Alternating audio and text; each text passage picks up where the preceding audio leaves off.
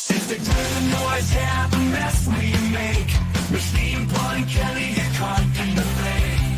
Facts and logic with a twist of chest. Strip it down to truth, yeah, forget the rest. You would propose the lies right out of the park. Look beyond the shadows that set the dark. Sparks of laughter fire up the night, bringing clarity when they blur the fight. Cut through the chaos, yeah, the tangled rise. Fun Kelly with the sand, clear eyes. Truths and jokes gonna rock this show. Step into light where the real facts glow.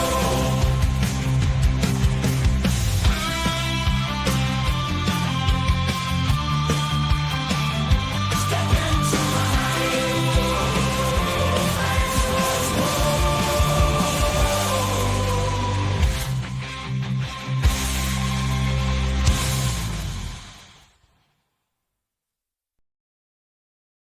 Hello and welcome to the Pun Show. I hope you had a great weekend. Unless you're a Packers fan, in which case, ha ha ha. The Bears fan in me came out after all. I was there for 15 years, and that was a heck of a game. The Bears are just not good for my heart, though. Every single game is just this insane conclusion. So I don't know. Anyway, hope you guys otherwise had a great weekend. The thing I want to talk about today is I really don't want to talk about Renee Wood and Jonathan Ross and all of that stuff. It's just insane. But I started thinking about that, and I just keep thinking about how the Second Amendment crowd is always saying that the Second Amendment protects the First, and how the Second Amendment is there to protect us from tyranny and all of that. And my issue with that is, where are you now? You know, is it only when you disagree with the tyrant that it's acceptable to take up arms against your government? Because if you want to actually think about it, based on your own logic,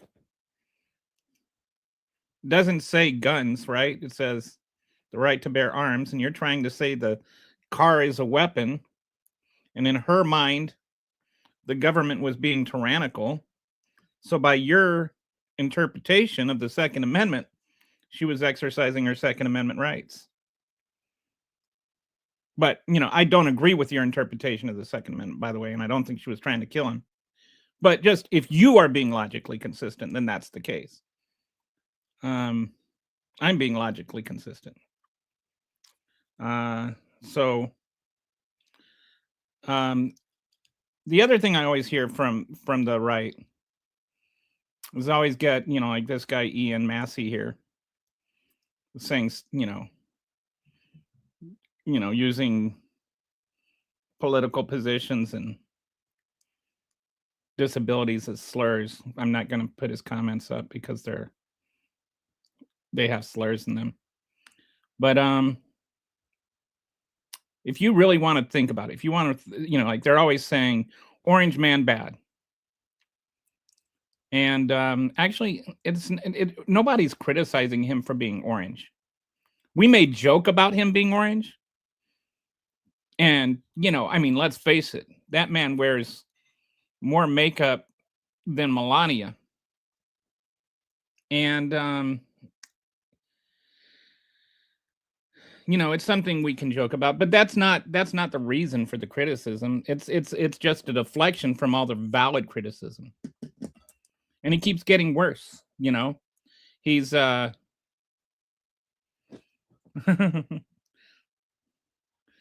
he's the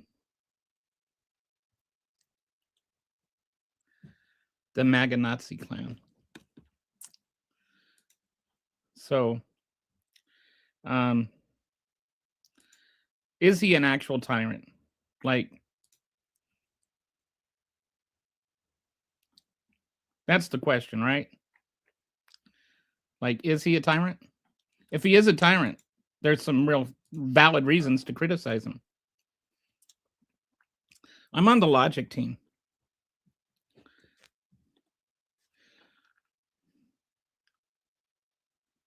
And people are still allowed to dissent, Bob. Just like you were allowed to dissent when Biden won. And Biden won the popular vote. But this is not part of the criticism here. People did not elect him over the Constitution. They didn't elect him over the rule of law. So I want to go through. I put together a dashboard. I put a link to it in the description on YouTube. Should be on your tweet on Twitter. It should be on the tweet. So if you want to access it and follow along, you can. So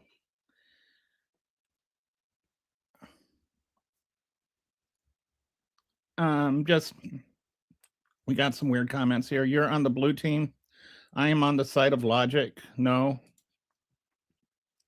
I am on the team of basic human decency. Yeah, I know. I was checking out the shorts last night, and this morning someone named FAFO74 was crashing out saying that most crazy stuff for somebody that hates this channel. I will say this, for whatever it's worth, the people that buy the super stickers and stuff from me generally tend to be people that disagree with me. So give them credit for that. If you'd use logic, you would pick a side. Again, my side is reality. I tried to.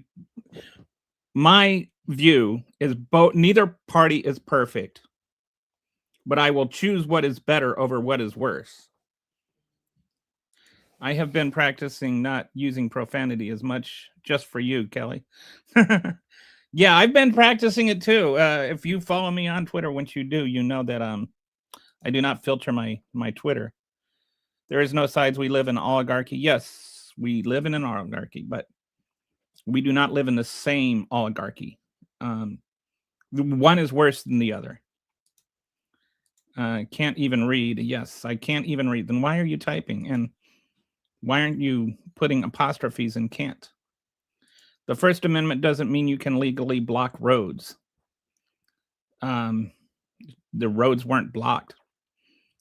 Jonathan Ross actually drove around her before he killed her. So yeah, the whole blocked roads thing doesn't really, stack up. But it's not just about this one incident. So I'm going to just share this and start going over it before we start getting into another, before we get derailed onto whether, a third straight show on why it's okay to murder her. I'm very good at it, but it's not a good look when you're trying to convey a point. Brother, we're going to need a time machine to fix this country. Most, if not all of us, would claim we are using logic. Most of us would. Not everyone is. I will say, if I am corrected on something, then I will, adjust. But a lot of times people just say things that are not correct and expect, I'm not going to just, like I went through the last weekend. I went through and I looked at the Renee Good thing from various angles. I put together like 5 or 6 different whiteboard slideshows, looking at it from whether she did anything legally wrong, whether he did anything legally wrong, what constitutes your civil rights in terms of being able to protest, and looked at the Supreme Court case history on each of these things. I'm not just, forming an opinion and then finding reasons to believe in that. I am looking at the facts and then forming an opinion based on the facts. It's obvious you can't form an opinion on your own. I don't know how that is obvious. She wasn't a real lesbian. I don't even know what that means. As a Gen Xer, I prefer critical thinking. Dumb. Okay, well, that's an opinion. I'm going to tell you why I don't agree with it.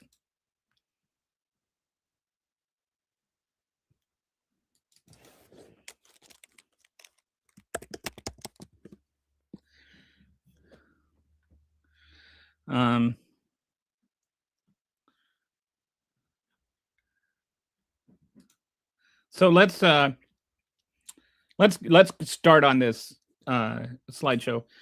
Pat Resistance Kitty just informed me that there was she's actually in the studio with me, and she's not on the screen, but she kind of monitors things so that I can, know what's going on. And she just informed me that Trump just announced a new resort in Saudi Arabia. Another aspect of him, what does it say? Breaking: Donald Trump just announced he is opening a brand new resort in Saudi Arabia. So, yes, another example of him using the power of the presidency to enrich himself. So, all right, let's go into this dashboard a little bit and just start discussing this.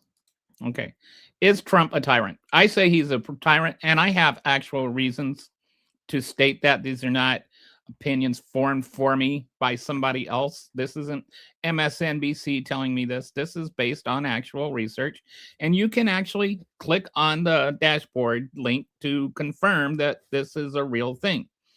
Okay, so first of all, what is the definition of tyranny? If we're going to talk about somebody being a tyrant, let's talk about them being a tyrant. One is rule by one person for personal benefit rather than common good. I forget, was it Socrates? One of those Greek philosophers came up with the idea of like different kinds of government, and tyranny is actually, to him, versus monarchy, where a monarchy is ruled by one person for the benefit of the common good versus personal benefit. So tyranny is actually in opposition to monarchy by that view.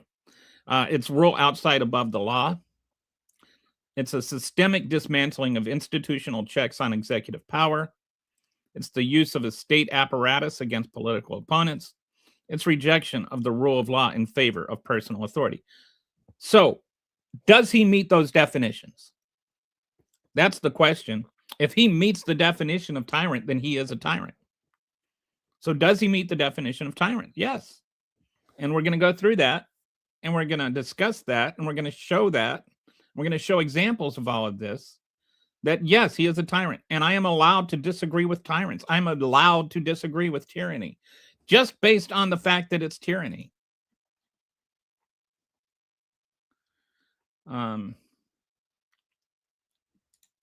This is rich. Cry harder, losers. He ain't a dick.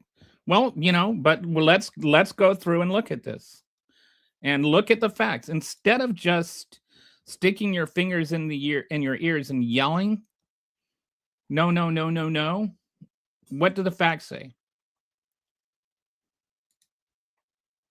Okay, insulting my wife. Trump has it his way or the highway. All right, so yeah, let's look at the facts. What do the facts say? Is Donald Trump a tyrant? All right, so where did that? Oh, here we go.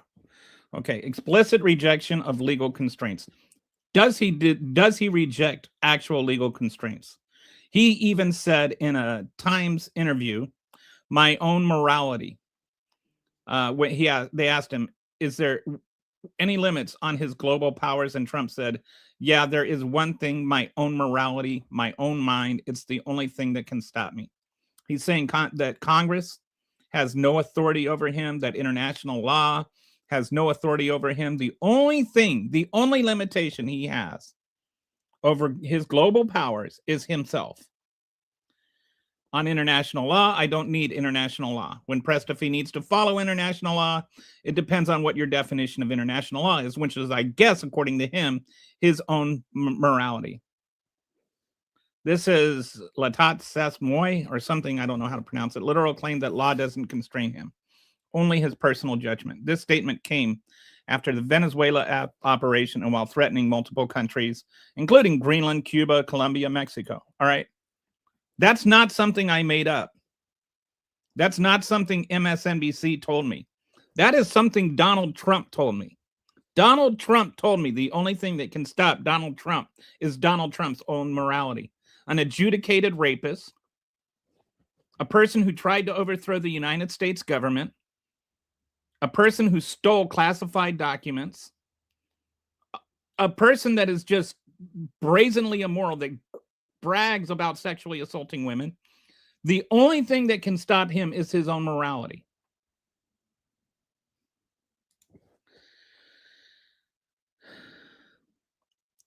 My older brother told me about Don's studio, 54 days. Disgusting, snorting Pepsi off of another dude's. Ugh.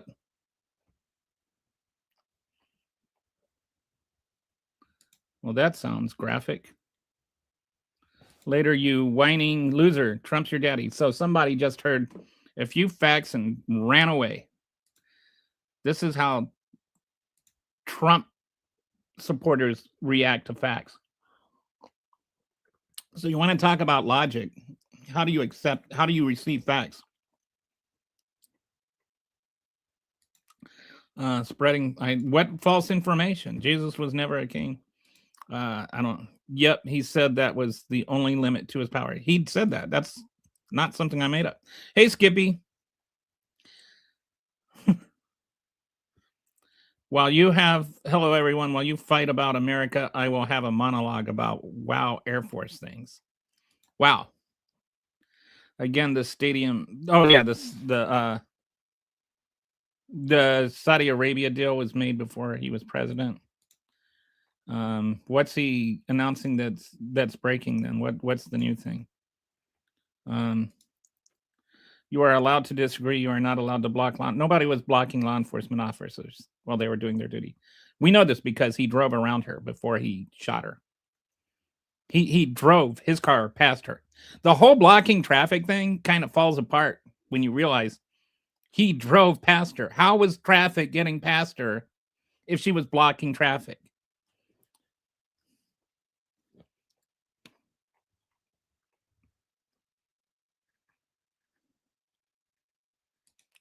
Yeah, so afternoon. This is weird. I'm seeing Bradbury 2253. Traitor calling the president a tyrant. How is that being a traitor? He's not. He's a tyrant. Trump has followed all the judge's orders. No, he's actually factually he has failed to follow 35% of judge's orders, which is more than any president has ever even come close to. So I'm not twisting facts. I'm looking at facts. Diddy, Clinton, Oprah, and Mike. So just general yelling and hollering. All right, I recognize you. You're a troll on many channels. Does this mean Kelly is in the big league? Oh, wow. Do I got a big time troll? Should I be flattered? In the late 90s, the USAF had the ATF program, Advanced Tactical Fighter. This is the program that would lead to the production of the F-22. Anyway. All right. Jesus is the King of Kings. Okay. I don't know what that has to do with it. Donald Trump thinks he is. Please explain to me how I'm a fascist pig when my behavior here has led you to believe this, or you are just name calling or just throwing bleep on the wall to see if it sticks. All right. So weaponized DOJ. He has been weaponizing the Department of Justice, getting back to whether or not he's a tyrant. He tried to prosecute James Comey, the former FBI director who investigated the Trump-Russia thing. He indicted September 25, 2025. He was indicted September of 2025 The statute expired since then. Trump publicly pressured AG Bondi. He actually didn't mean to publicly pressure AG Bondi. He accidentally sent out a Truth Social post instead of a DM to Bondi, which kind of makes me wonder what other DMs he's sending around. U.S. Attorney Anthony Siebert refused to prosecute him based on insufficient evidence. And so he was forced out. He was replaced with Lindsay Halligan, who had zero prosecutorial experience, and the trial was set for January 5th, but I think it's been thrown out of court now. New York Attorney General, who prosecuted Trump, he also tried to prosecute Letitia James, New York Attorney General, who prosecuted Trump, same pattern. Siebert refused, was replaced. Months of investigation found no evidence, facing charges anyway. That whole thing is just silly, and I don't know. I think that one's been dismissed too, on the same thing, that Lindsay Halligan isn't qualified. Adam Schiff, he tried to prosecute Adam Schiff. That one, they actually even broke the law in investigating him. So now the investigators are being investigated for their breaking the law while investigating him. They shared sensitive grand jury info with unauthorized people, and they tried to pose as FBI agents. Lisa Cook, he's tried to prosecute because she's just, on the Fed. Now he's talking about prosecuting. They're trying to indict Jerome Powell. So these are all just brazenly political prosecutions. They have nothing to do with anything anybody actually broke any laws or not. He's just going after everybody he disagrees with. He's just trying to prosecute people. This is using the power of the law in a punitive way. And absolutely is, and this is, he acts like Joe Biden was personally prosecuting him or personally having the DOJ prosecute him, which, if anything, is too far away from the truth.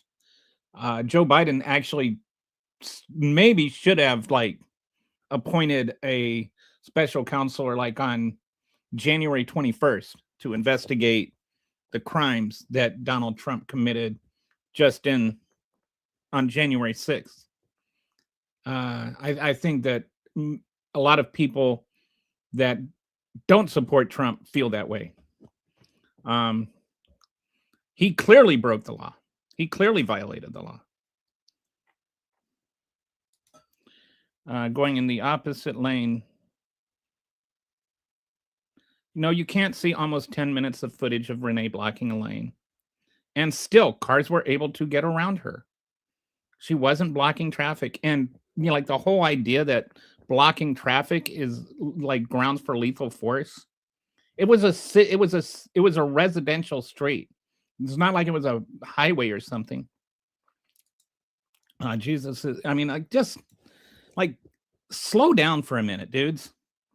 Honestly, think about anyway. I don't want to too many people just anything that to confirm Trump as right. Even the murder of a private citizen exercising her First Amendment rights because she was blocking a lane. Goodness gracious, where's your morality? Where's your soul at? Please explain to me. Okay. I thought, did you know that Biden commuted the sentence? I don't even know what that is about, or how it's relevant, or how that means Trump is a tyrant. Mr. has committed crimes and were prosecuted.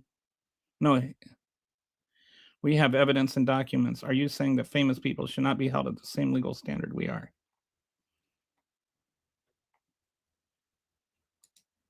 Adam Schiff did not lie about Russia. Donald Trump lied about Russia. Donald Trump lied a lot about Russia. No, Joe Biden didn't stick the DOJ on Trump. The difference is that Donald Trump actually committed crimes that were being investigated. Donald Trump actually stole the documents, and they kept trying to get the documents back. And a special counsel investigated those crimes and eventually indicted him on those crimes. Donald Trump actually incited violence and sicked a violent mob on January 6th on the Capitol building. And Jack Smith investigated that crime and prosecuted him. He did not start an open investigation just into Donald Trump trying to find some kind of mortgage fraud. There's a difference. Like, Donald Trump committed crimes, and those crimes were investigated, so he got indicted for those crimes. Joe Biden never said, find me something. Like, Donald Trump literally said, find a reason to indict Letitia James.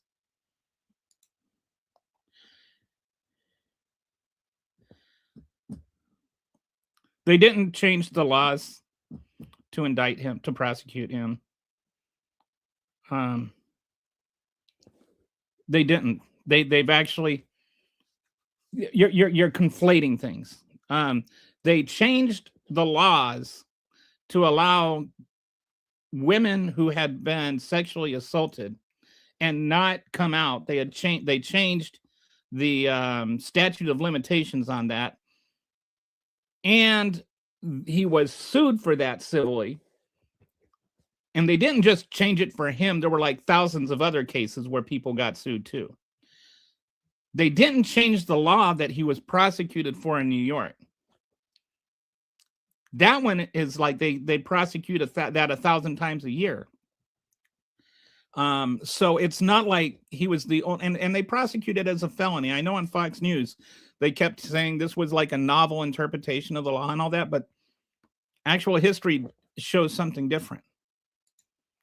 Yes. Using anti-Semitic slurs like shifty doesn't really put you in a good light. There's a letter posted by Biden to investigate. I don't think there is.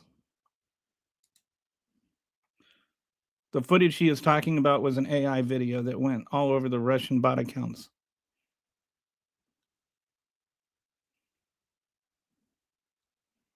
Oh, there's a fake video where she's there blaring her horn. And by the way, if she was, first of all, blaring your horn to warn immigrants that somebody's coming, that is a protected constitutional right. That's part of the First Amendment. This is the same thing as if you're see a speed trap and you drive past the speed trap and you see some oncoming traffic and you flash your whites to warn them about the speed trap, or holding up a sign to say speed trap ahead. All of that is protected speech. You're allowed to do that. And this has been through courts, and I've got a whole video on it.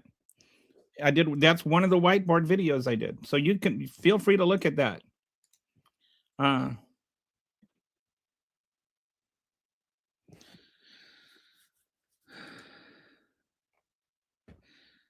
It's not illegal to, it's still illegal to block a lane.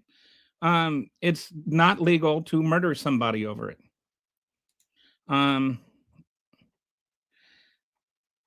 But there's one thing to say she's blocking a lane, and it's another thing to say she's blocking traffic. If traffic can get around, then she's not blocking traffic. Be accurate.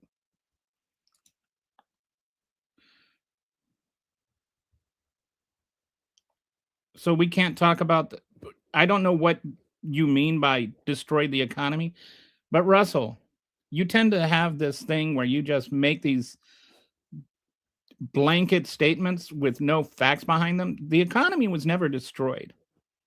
The inflation was high because there was international supply chain issues that had nothing to do with Joe Biden. Joe Biden didn't destroy the economy. He actually helped us recover from the COVID epidemic better than any nation in the world and faster than any nation in the world. This isn't saying Trump is right. This is pointing out what you ignore. I don't know what I'm ignoring. I'm talking about Trump. You deflecting is what the issue is here. Is it okay for Donald Trump to use the Department of Justice and weaponize the Department of Justice or not. He's doing it to go after multiple people, everyone who disagrees with him. And it's not just the Department of Justice. We'll get to that now. I'm going to go ahead and advance on this conversation rather than get fixated on this. Trump after Comey indictment, it's not a list, but I think there will be others. They're corrupt. These were corrupt. Radical left Democrats. No, there will be others. So this shows he has a list of people that he doesn't like, that he wants to go after, including John Bolton, which I guess I don't know what became of that, and George Soros and Christopher Wray. He's targeting all his political opponents with the DOJ. He's using the DOJ as his own personal weapon. And then there's economic warfare against opposition states. The $10 billion based on unproven fraud. And so now we're going to get into another derailment where people are going to pretend that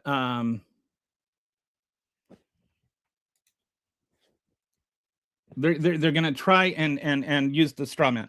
There was fraud in Minnesota that was already prosecuted and being prosecuted before Trump ever even became president. But now he's using that fraud to make false claims of other fraud, all in states that voted against him. And then he's using this fake allegations of fraud to cut off spending for all the poor families in all of those states, basically. He has he's cut off funding for TANF, the cash assistance for poor families. That's $7 billion. $2.4 billion in child care funding, now a nationwide freeze. $870 million in social services block grant. Hundreds of $millions in Minnesota Medicaid payments that are being deferred, and SNAP administration funding withheld. All of these affect people that didn't have one thing to do with any fraud at all. In fact, all the people that have been proven to be guilty of fraud are already in jail. But he is using the government to punish states on the pretext that they're also committing fraud because they committed the sin of voting against him, or because they were stolen, according to him. HSA, House and Human Services, has not provided the data or detailed reports backing any fraud claims. The Nick Shirley videos were already debunked, by the way. He went to these places when they were closed, or when they wouldn't let him in because there was this crazy YouTuber dude and they had children they needed to protect. Most fraud is by perverted. Generally speaking, the fraud that does exist is not by the people that are receiving the funding, including in the Minnesota fraud. A lot of that was just like made up people. And some of it was by, families, but the majority of it was not. Individuals convicted of such fraud are overwhelmingly U.S. citizens, which is another thing. Not one of the people convicted of fraud in Minnesota was not a U.S. citizen. Not one of them was even a naturalized U.S. citizen. They were all born and bred U.S. citizens. And the one that was the ringleader of it all was a white woman. Real Minnesota fraud cases started in 2021 under Biden. That's when they were starting being investigated. The fraud actually started under Trump in 2020. Mississippi had a $101 million welfare scandal. Remember that, Brett Favre? Trump forgave that. So it's okay when red states do it, I guess. Ancient spokesman for too long. Democrat-led states and governors have been complicit. So this is about the Democrats. It's not about the fraud. It's about the Democrats. It's punishing states that are Democrat. The fraud investigation of California has begun.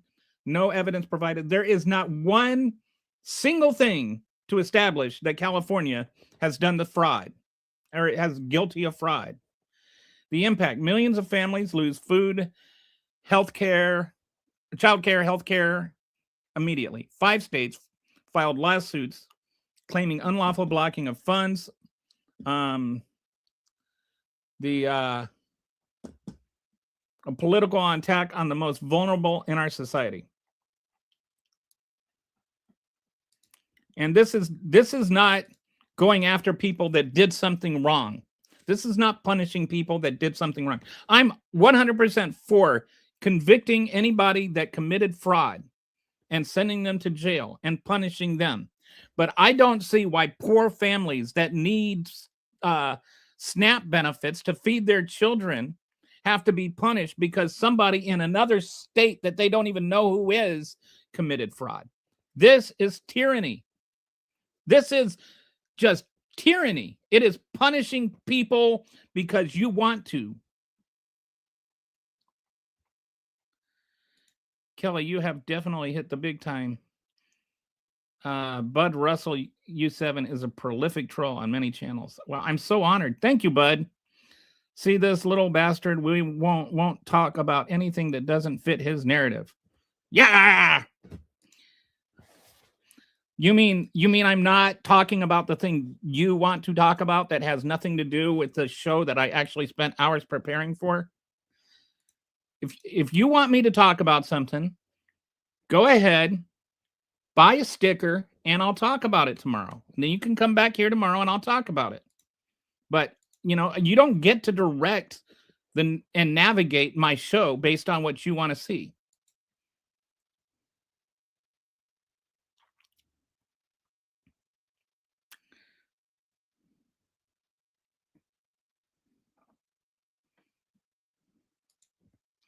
Okay.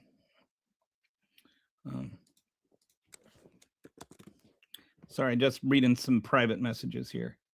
All right. So, yes, she lived there and was on her way to pick up her 3 kids. Also, there's no proof that she was participating with agitators. Not a single video of her following them otherwise. Yeah, I mean, it's not like people were following her around and recording her or something like that. There's a lot of just dishonesty. And the thing is, she didn't deserve to die. Being an agitator is legal. Even if she were being an agitator, this is legal. I have a whole video. Here, I'll post the link to it if I can.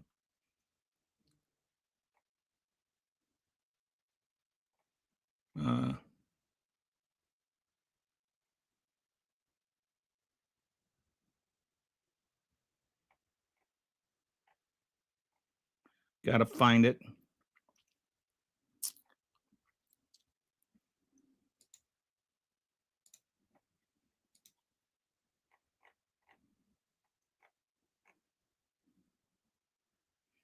Okay, here we go. So if you want to watch this later, just going to post the link here.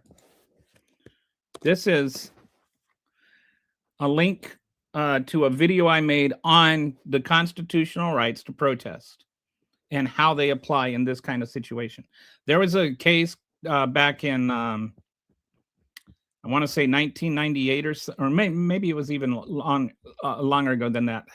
Hill versus Houston, where they tried to outlaw doing things like recording at crime scenes or at demonstrations and stuff like that, recording law enforcement officers. And this was all declared unconstitutional. This is all part of free speech. Blaring your horn to warn immigrants is protected speech. Following ICE around and recording them is protected speech. Even if she was being like what Trump wants to call an agitator, that's protected free speech. You can't just label it agitator and take away somebody's rights. That's tyranny.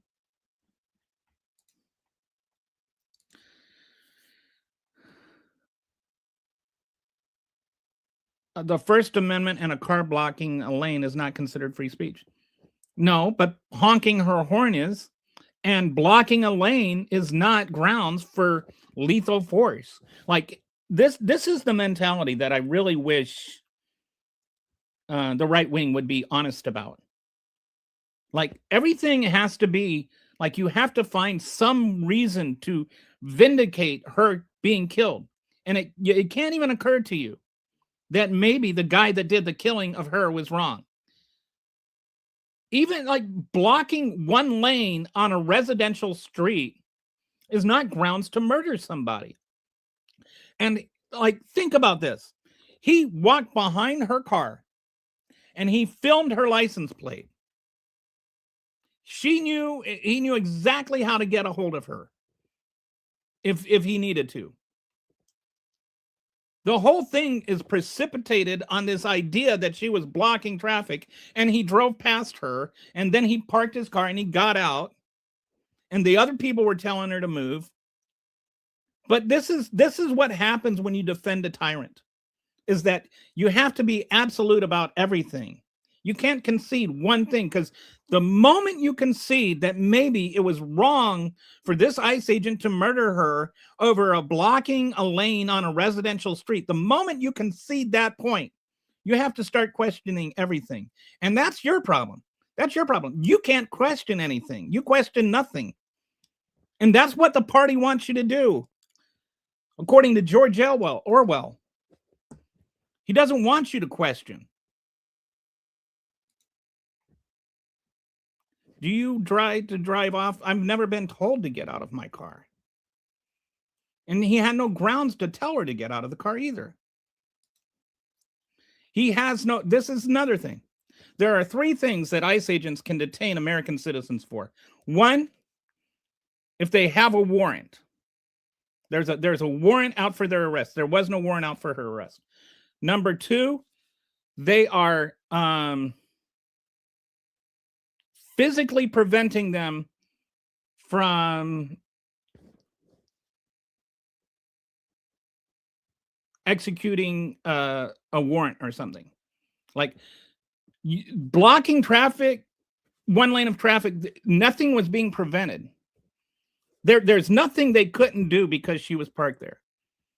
And this is talking more like physically trying to restrain somebody, like putting your arms around them, not just blaring your horn or something, according to the case history. And the third thing is if they watch them committing a federal crime. Blocking traffic is not a federal crime. It's if you want to call it a crime, fine, but it's a local crime. Call it into the police. It's not his job to stop that. This was a guy who took on more authority than he had, tried to intimidate a woman, and then shot her in the face 3 times because she didn't do what he told her to. And you're defending him, and you're blaming her. One is murder, and the other is a civil infraction worth a $50 ticket.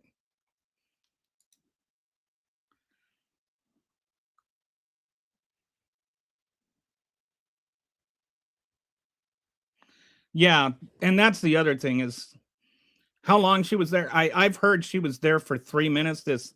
She was there for 10 minutes. Honking her horn thing is, from what I understand, and from all the actual accounts of the witnesses that were there, and not according to the AI video, people said that she came up and she was just in the middle of a 3-point turn.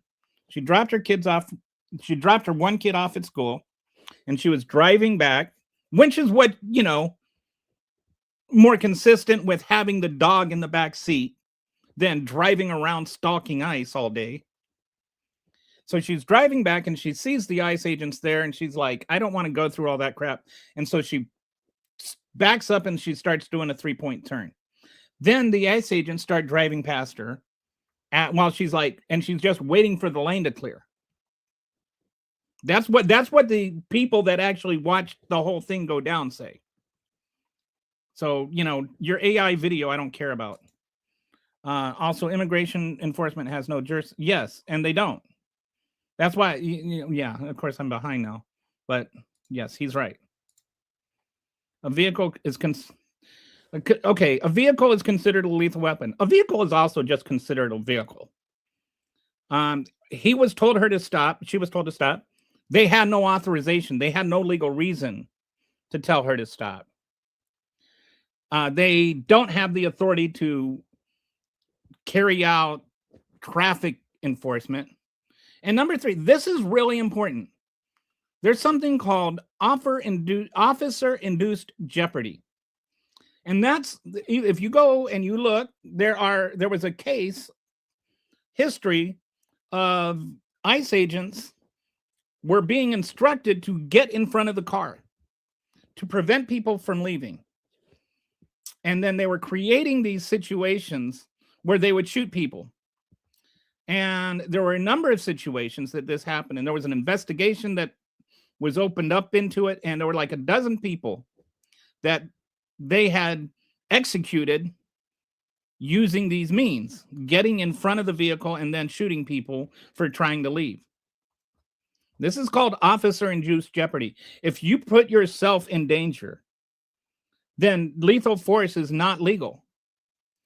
This is like walking out into a gun range, a firing range, where people are doing target practice, and then saying that people were trying to kill you, and so you started firing back.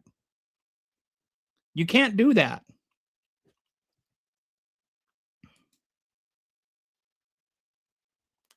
I'm not going to get into whatever your right-wing propaganda says.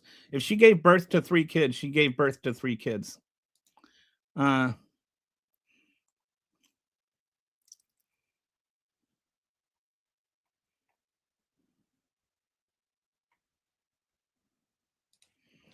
He's talking about how Biden, yeah, but the economy, it's funny how Biden destroyed the economy and Trump saved it, but Trump saved it before Biden destroyed. I don't even know what that's supposed to mean.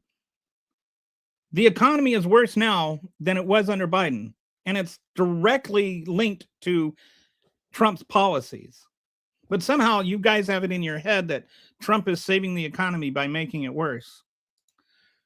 Anyway, we're getting into, all right, okay, at worst, and I don't even concede this much, at worst, she clipped him. She did not hit him. He was never in any danger of dying. He wasn't. And he could have just not stepped in front of the car in the first place.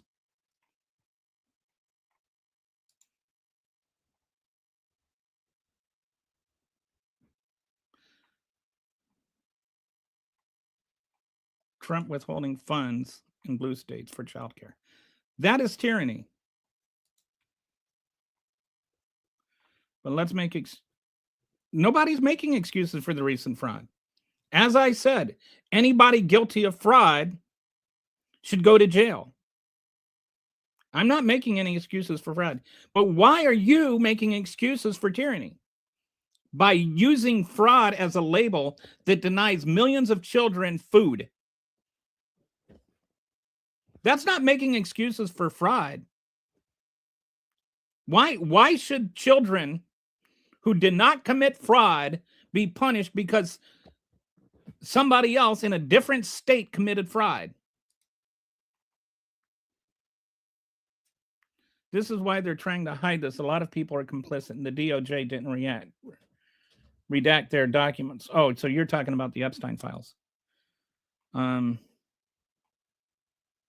Fake allegations of fraud. It's been, yeah, the Nick Shirley allegations of fraud are fake. That's been debunked. Which is, by the way, you notice they haven't said anything about that particular fraud. They talk smack about Tim Waltz and stuff like that, but they haven't actually reinforced that there was any additional fraud beyond that which has already been prosecuted. They just keep sending more ICE agents, as though ICE agents and DHS have something to do with investigating fraud. Why are they sending ICE and DHS agents to investigate this fraud? What do those things have to do with each other? It's just like when you say that it's, it's bad taste to call ICE agents, Trump's Gestapo.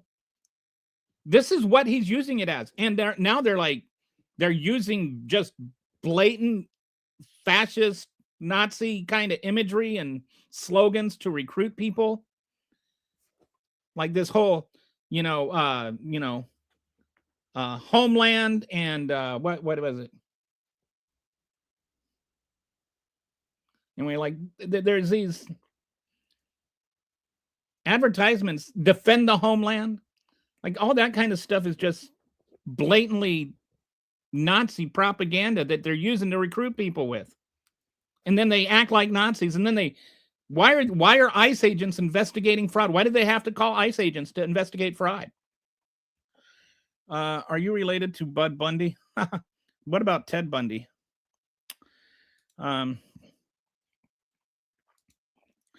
Again, don't take my word for it. Look it up. But I appreciate the attempt to get MAGA to look something up there, David. But we both know that's not going to happen.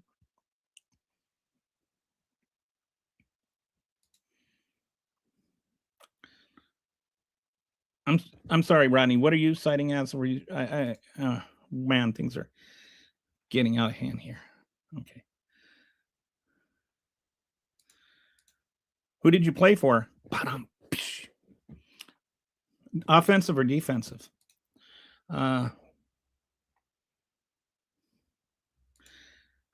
Trump ain't a tyrant. He's a greedy, money-hungering. No, he's also a tyrant. Which, by the way, thank you for the reminder. Let's get back to this.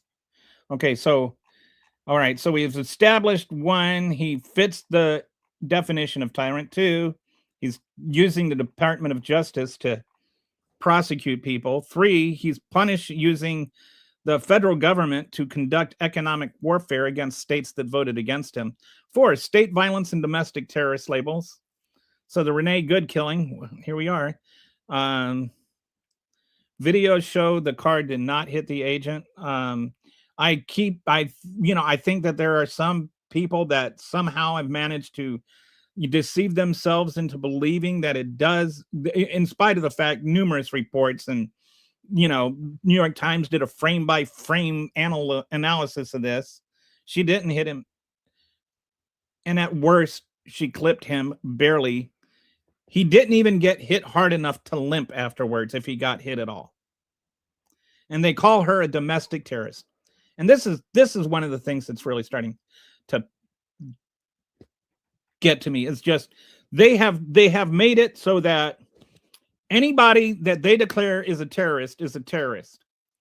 And whether that's some drug cartel in Argentina or people, on a boat off the coast of Venezuela or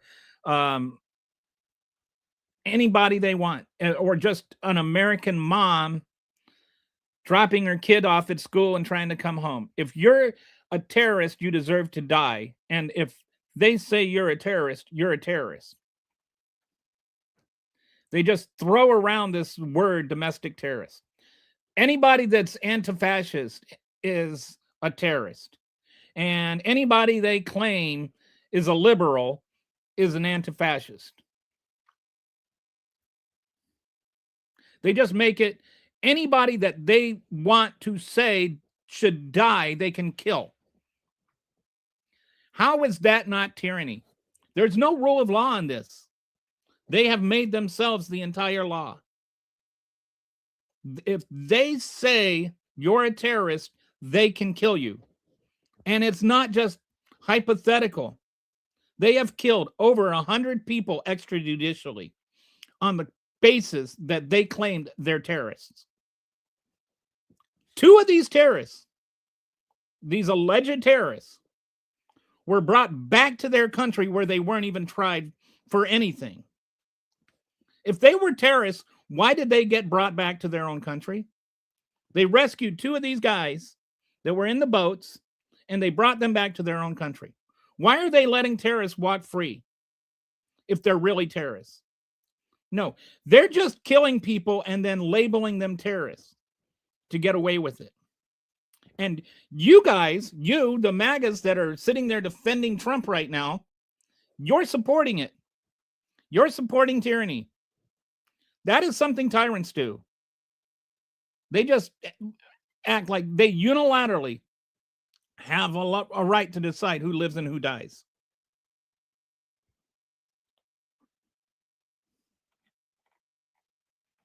All right, going to the...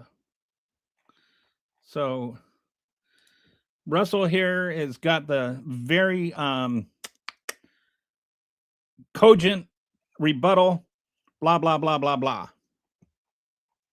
So I can see that Bud here does not like engaging in facts. When confronted with facts, he just sticks his fingers in his ears and screams, blah, blah, blah, blah, blah, blah, blah. I bet your wife has fun debating or arguing with you. Joe Biden put a 25... What does that have to do with anything we're talking about? Joe Biden putting a $25 million bounty on Maduro has nothing to do with anything. Joe Biden didn't invade Venezuela, conquer it, assume control of it, call himself president of Venezuela, and then declare that it's running its oil. Renee broke the law. Now she's in an icebox. See? Joke about people being murdered. Funny. It's the left who gets the bleep out of public property and then riot and loots. Okay, what does that have to do with anything? Why does that make it okay for Donald Trump to kill people?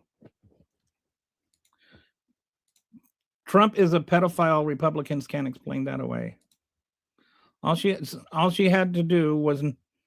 But, okay, first of all, there's no evidence she was following ICE around. Secondly, she should be able to follow around. Following ICE around is a constitutional right. Interfering with their operations so far as blaring her horn and warning people is a constitutional right. It is not...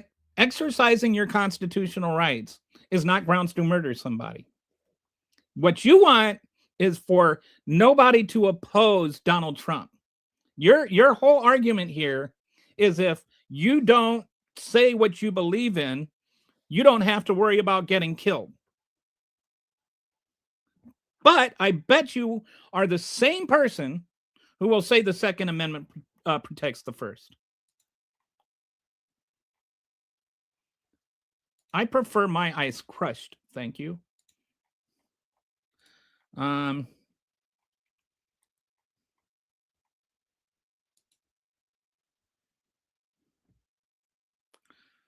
It would be nice if PTS was rare enough to not need you. I don't know what that means. Cope, you loser. Now, that was the Biden administration. More about Biden. Telling someone that they think and feel is what a fascist does. I don't know. Don't know where I did that.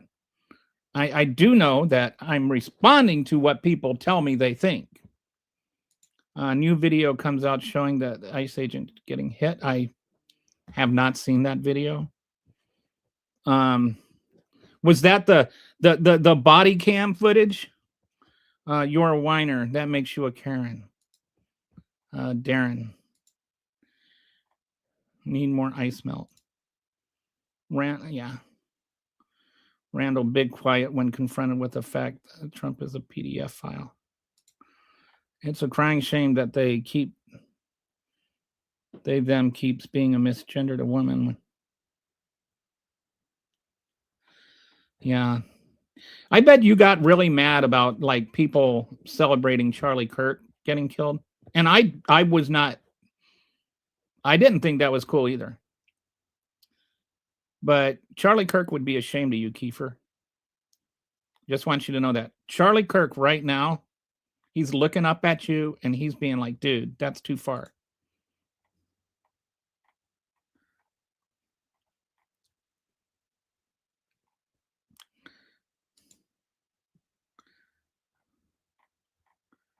So more,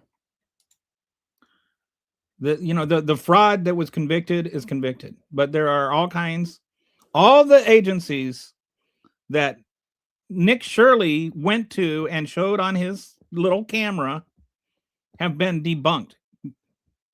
There is no new fraud that has been exposed.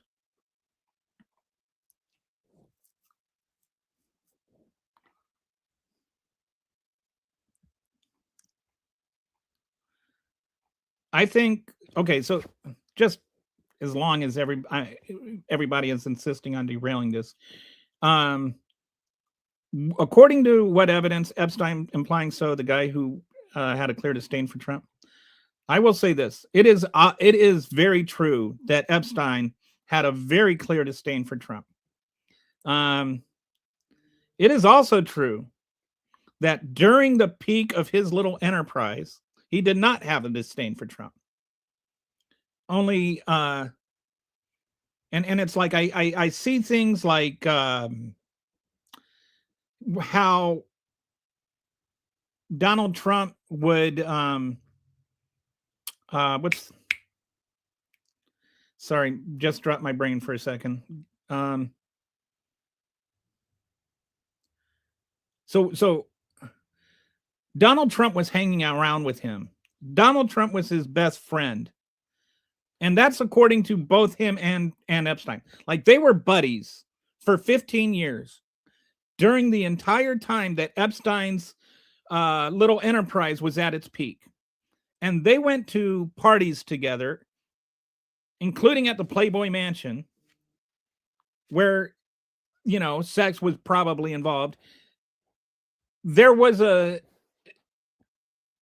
birthday card that Donald Trump sent to Epstein that had like a suggestive drawing that Donald Trump made. There are, you know, the in the Epstein files, there are some of the things that have been released are from people that make accusations, and I will say they are unfounded allegations against Trump. And in a lot of ways, I think of these as like the VAERS report, where just, you know, people calling in a hotline and leaving a mail doesn't prove something, that unless it's looked into and vetted, and not all of these things have been looked into and vetted. But Donald Trump has not exactly shown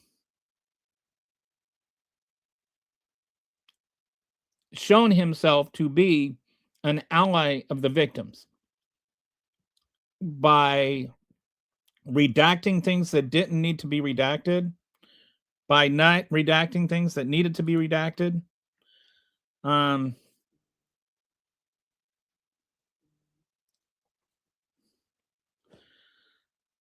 There is adequate reason to think that he is blocking the Epstein files from being released. Only 1% of them have been released.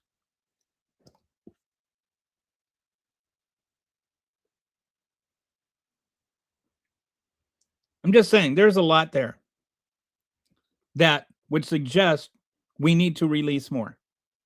And I think that with the whole Epstein files, I don't think it's about get Clinton. I've said this so many times. I don't think it's about get Clinton. I don't think it should be about getting Trump. I don't think it should be about getting anyone. I think it should be about getting justice for the victims. And every time we make it about Trump, or make it about Clinton, or make it about any person, then we are doing a disjustice to the victims. Everything should just be about getting justice for them. And some of the victims voted for Trump. And some of the victims that voted for Trump are now very disappointed that they voted for Trump. So if you care about the Epstein files at all, if you care about the whole Epstein situation, if you care about the Epstein victims, then just release the files. That should be it. It should not be about protecting Trump or defending Trump or going after Trump or going after Clinton or protecting Clinton or any person. It should be about getting justice for the victims. I don't know how much more clear I can be on that.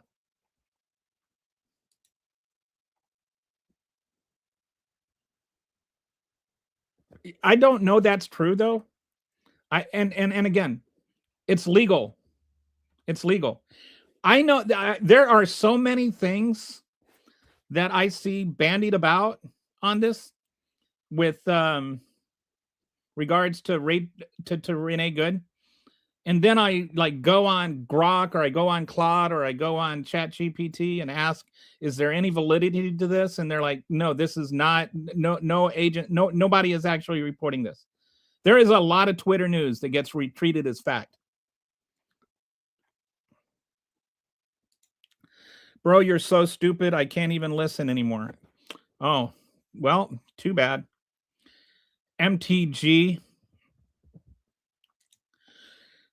She's not in Congress anymore. Constitutional rights doesn't make it okay to block a lane and impede. Well, it actually does. Yes, they are. There was an interview that showed us what part of the convoy to follow, harass, and stop ICE. No, there wasn't. There wasn't. She had just dropped her kid off at school. And how does an interview show something? She dropped her kids off. Did the entire convoy go and drop her kids off at school? Or was she like, no, I'm sorry. Did she have her kid and her dog while they were in this little convoy? Okay, well, that's an opinion. Your whole argument is that, no, my whole argument is that the orange tyrant is bad. And 77 million Americans disagree with me. So what? 81 million Americans disagreed with you when Biden got elected. You didn't take that. You didn't accept that. You're allowed to disagree with the president. That's part of what being an American means.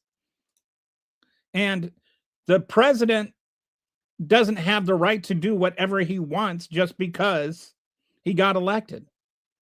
He's still bound by law. At least it used to be that way.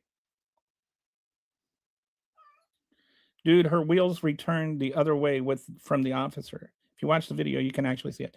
Here's another thing about this whole thing. He knew for a fact that she turned the wheels the other way. And we know for a fact that he knew it for a fact because he recorded it. In his own video, you can see plain as day her turning the wheel against the way he's standing. And we know that he was looking at his camera when he recorded her doing that from other recordings. So he absolutely knew she steered out of the way of him. Absolute facts. That's why you see defense attorneys go on and say they wouldn't take this case. Defense attorneys would not defend him. Because A, it was officer-induced jeopardy. He created the situation by moving in front of the car. B, he started pulling his gun while the car was still in reverse. And there's actual case history of that, where somebody else started firing on somebody while they were in reverse and going slow. Number 3, all 3 shots were fired from the side of the car, as evidenced by video evidence.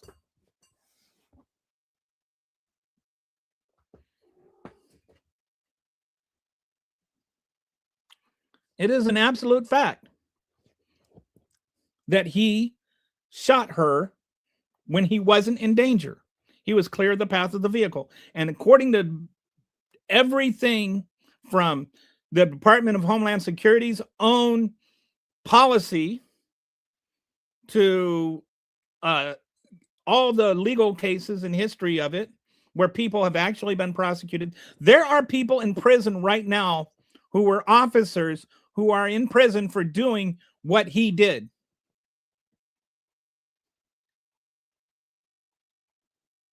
Okay, so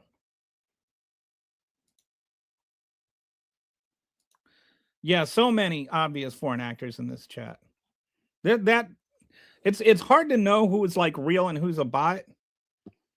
Every once in a while, somebody will like say something sensible, and you're like, okay, maybe he's not a bot.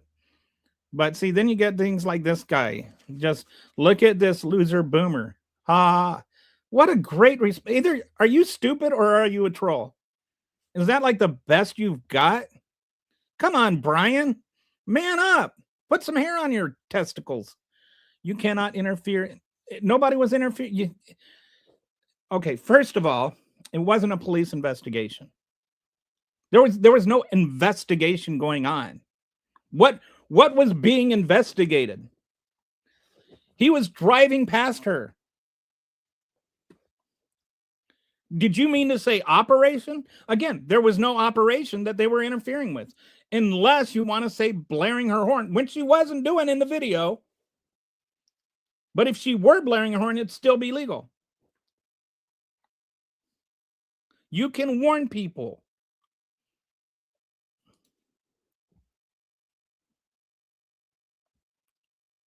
Several homeowners had their recording leaked. Nobody had their recording leaked. They shared their recordings. And I keep seeing MAGAs refer to the cell cam footage from John Ross as body cam footage. And I find that hilarious because they're like acting like this was some sort of like gotcha, when it proves this idiot was recording it on his cell phone.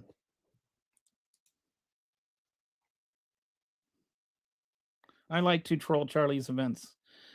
Makes me sad he is gone. Charlie Kirk was... He was just an idiot. Like, he would just...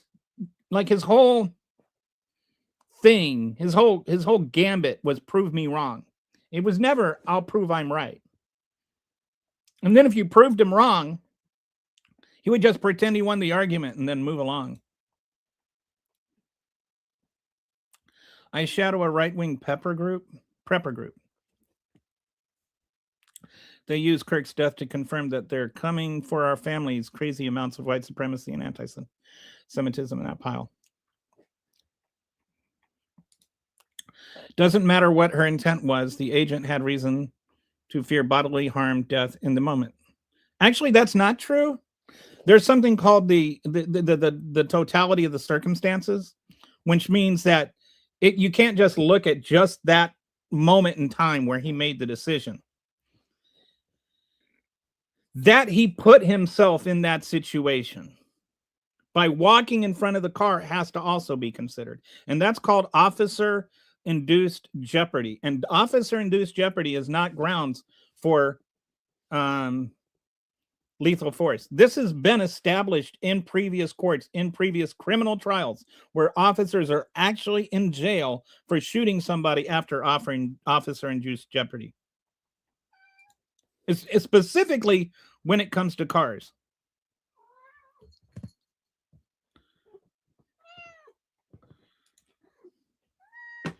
I'm sorry.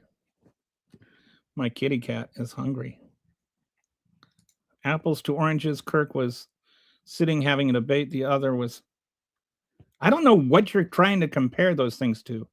I am saying that somebody making fun of somebody getting murdered is bad, period.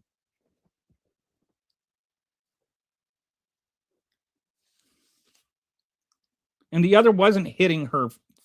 wasn't hitting a federal agent with her car, by the way. Suddenly...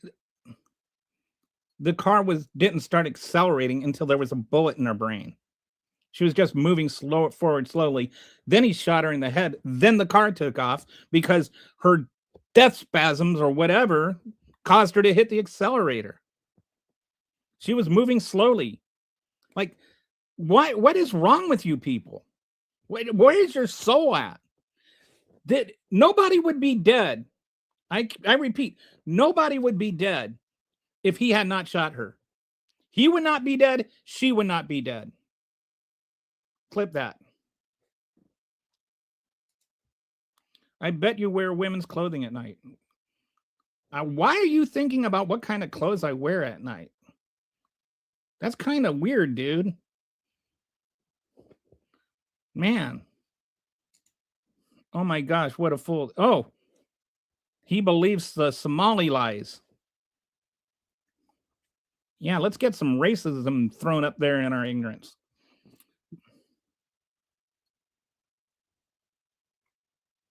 What fraud? You guys just throw around the word fraud. The only fraud you don't care about is Donald Trump's.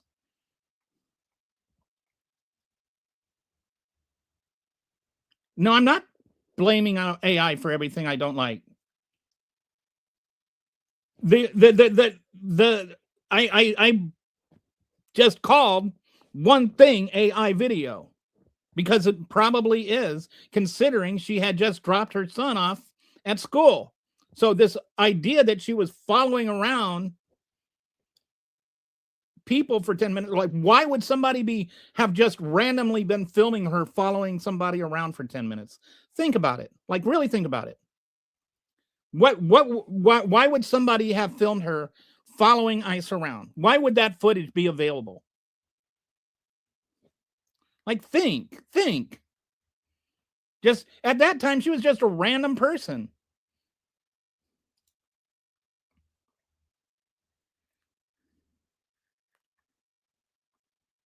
Debunked by who? You never offer. I offer sources all the time. I have sources right in this dashboard that I have shared in the description for what I'm saying. What am I supposed to be offering sources for? And what do you mean debunked? I don't even know what you're referring to there. Epstein visited the Obama White House like 20 times. Stop it, man. I don't care. I don't think that's true. I mean, it's just stop saying stuff that doesn't matter about Trump.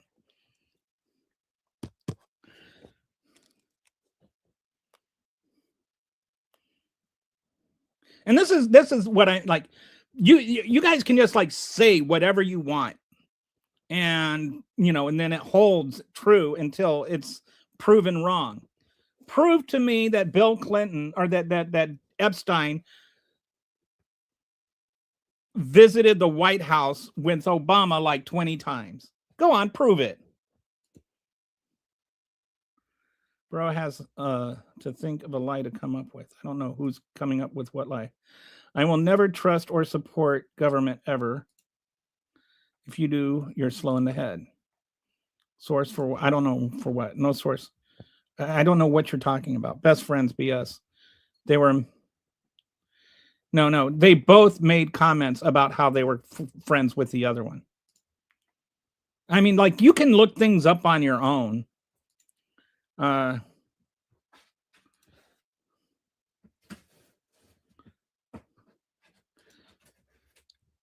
Bear. Sorry, my cat is about to have a catastrophe. Hey, Patsy. Can you take over for a minute?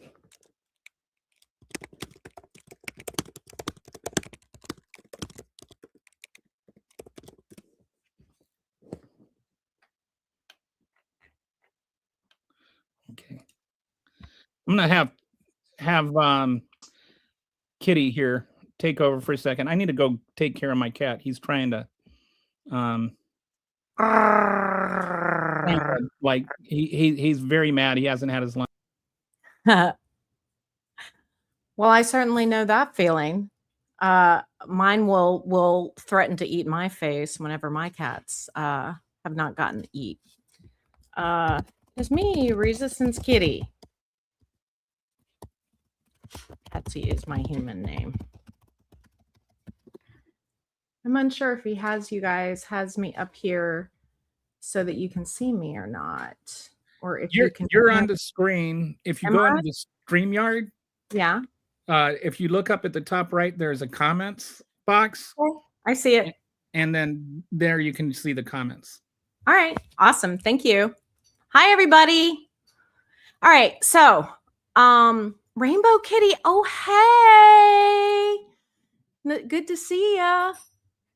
All right. So there's quite a few trolls that are very clearly Eastern European based on the types of things that they're saying out on the chat. So just don't engage. It's just not worth it. Although any of my MAGAs that want to have like a quality conversation where we're actually talking about facts, I would be happy to do, rather than running around calling each other liars and transgender for all and all the little normal bullshit talking points that we know are just strictly repeated from the cult's minister of propaganda. What we'd like to do is have actual conversations. So first and foremost, while I have you guys for a second, I'm going to first start with a call to action for anybody out there that is actually part of the resistance and fighting the fascist regime. We need to call Senator Thune and let him know that the Senate needs to vote on that extension for the ACA benefits. It has passed the House. It is not partisan. It is a 3-year offer to extend the credits. There's even wording in it that talks about if there is a new health plan that comes up that's better, that they can shift that budget funding and all of that. So it's super important that we vote and say, yes, we want that extension. We already have, I think I have about half of my caseload that's already lost all of their health care now. They have zero health insurance at all anywhere. So, and as a direct result, and we also need to see if there is a way that people can like reapply for whatever healthcare that they were going to be able to get. The House has been excused today for some reason. They were supposed to go in and vote on several items. One of them has to do with like shower heads, which is ridiculous. Who gives a shit about shower heads? I certainly don't. So that is something else that is the case.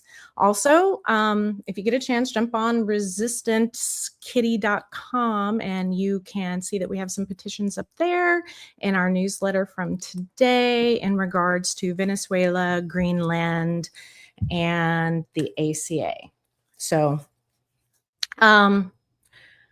well, I think, so I see that Brian Shueli 2988, is it Shueli or Z, like, is it a Z or is it an S? I don't know. English is not my first language, so I get kind of mixed up on some of them. But you pay for families' health care. Why should I supplement? Well, actually, universal health care, we know, well, the number one reason for bankruptcy in the United States is health insurance bills. We also know that the majority of Americans actually don't have access to appropriate health care because they cannot afford it. If we had a universal health system like every other country in the world, that is not third world, okay, have successfully done, and it's very good. I have been through the German system, through the system in GB, and the care is superior to what you have here in America. It truly is. And no, it doesn't take forever. I had a patient, a Canadian patient, who found out she had breast cancer, and it was less than a month before she had the mastectomy. They paid for her to get restructured, and she started her chemo and her radiation, and she didn't have to work because she was able to have income from the government come in while she was undergoing her chemotherapy and recovery. So with that being said, why? Because we're all Americans, and if we're a collective, you know, the government needs to do something for us and needs to do more than just start wars.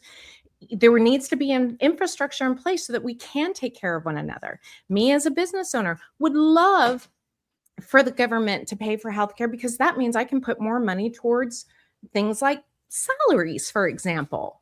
Additionally, the healthcare system is destroying healthcare providers. We are just exhausted, and the life of a nurse and a therapist and a doctor are much, much shorter these days. I can't tell you how many people are leaving healthcare right now because of the absolute chaos of it. So the system is broken.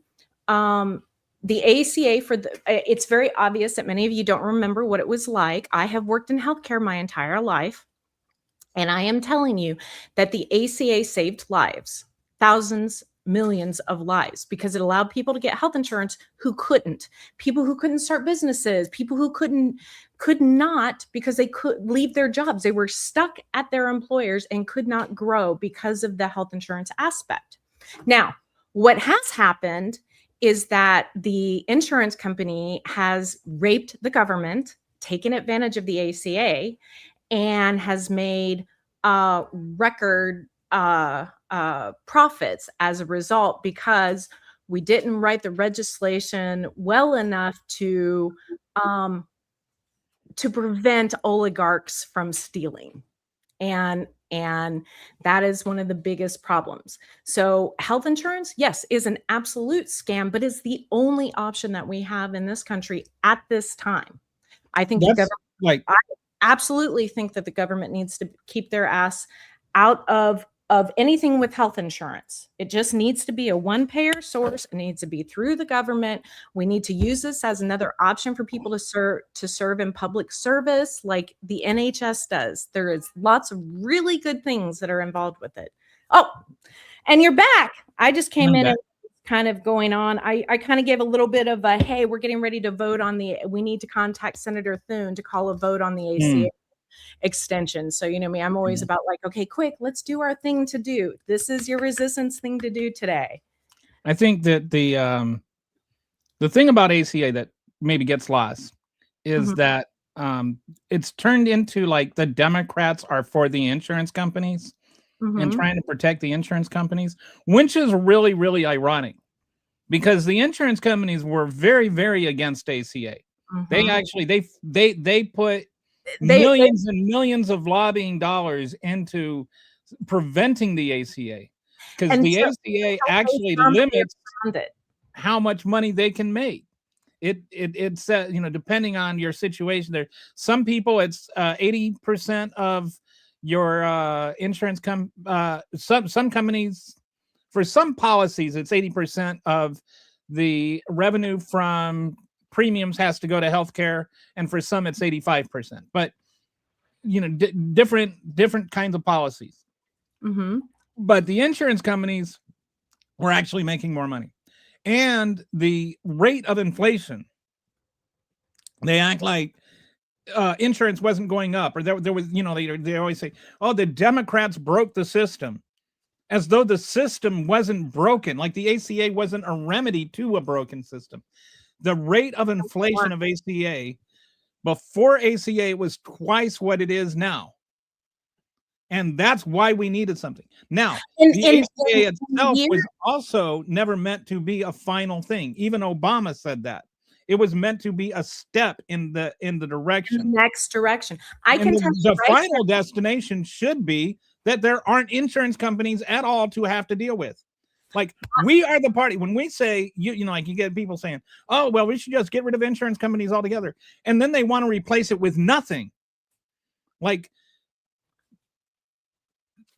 medical savings accounts. Like that, you don't know how healthcare insurance works at all if that's what you're thinking of. Or healthcare pay. That's just going to collapse the entire healthcare system. Sorry. I can tell you, in the year 2000, I had to pay for, I was in the midst of a divorce and graduating from med school, and I had to get my own health insurance. Now, I was a healthcare provider. My healthcare cost me over $2,500 a month in the year 2000. And 25 years ago, it was $2,500 a month. That did not include maternity. And I still had to pay another $8,000 to $10,000 to have my eldest son. So the ACA helped a lot. I think what Kevin is, hey, Germany. Germany has a universal multi-year healthcare system that combines both. You use both. Yeah, and that's where I think I can agree. Like, kind of something along the lines of the way that Medicaid is, or Medicare, not Medicaid, where there's like a basic package that's kind of like with your that's guaranteed, and then you can kind of like up that out of your own private funds, something like that. Yeah, you can like and with the Medicare, there's private insurance that enhances your public insurance. Exactly, that you can pay for, that helps. And what it does is like increase dental benefits and vision benefits, and often, sorry, I'm fixing my little computer. Although I think vision benefits, I don't think other countries like separate like your eyes and your teeth. They do. as being They apart actually, from your yeah, other health? some of them do actually. That it's a like dental care in Great Britain is quite a different thing from Hmm. the NHS. So I call teeth luxury bones because that's what they are. You only get to keep them if you can afford to in America. But I agree with you. I think healthcare needs to be healthcare, whether it's vision, teeth, any of those things. And quite frankly, the amount of taxes that we pay every month should more, or every year as Americans, at least the middle classers do, can more than cover what we can with healthcare. And it would save so many things. It would save homelessness. It would save radical debt. It would help providers have a living wage. It would help to streamline things. So, if this country is so proud of its VA system, I mean, right now the Trump administration is saying their VA system is the greatest in the world. Great, then let's expand it for everybody. So, If you maybe you have healthcare, but maybe there's a gap in your healthcare and you end up having a heart attack. Do you want the $180,000 that an average heart attack is going to cost you? Or do you want to just die? Because quite frankly, that you most should have people thought about just, that before you had a heart attack. That's yeah. so. And This this is person not about- says, how can you be a good person and not believe in equity? I don't even know what that means. I don't see how being a like not believing in equity makes you a good person.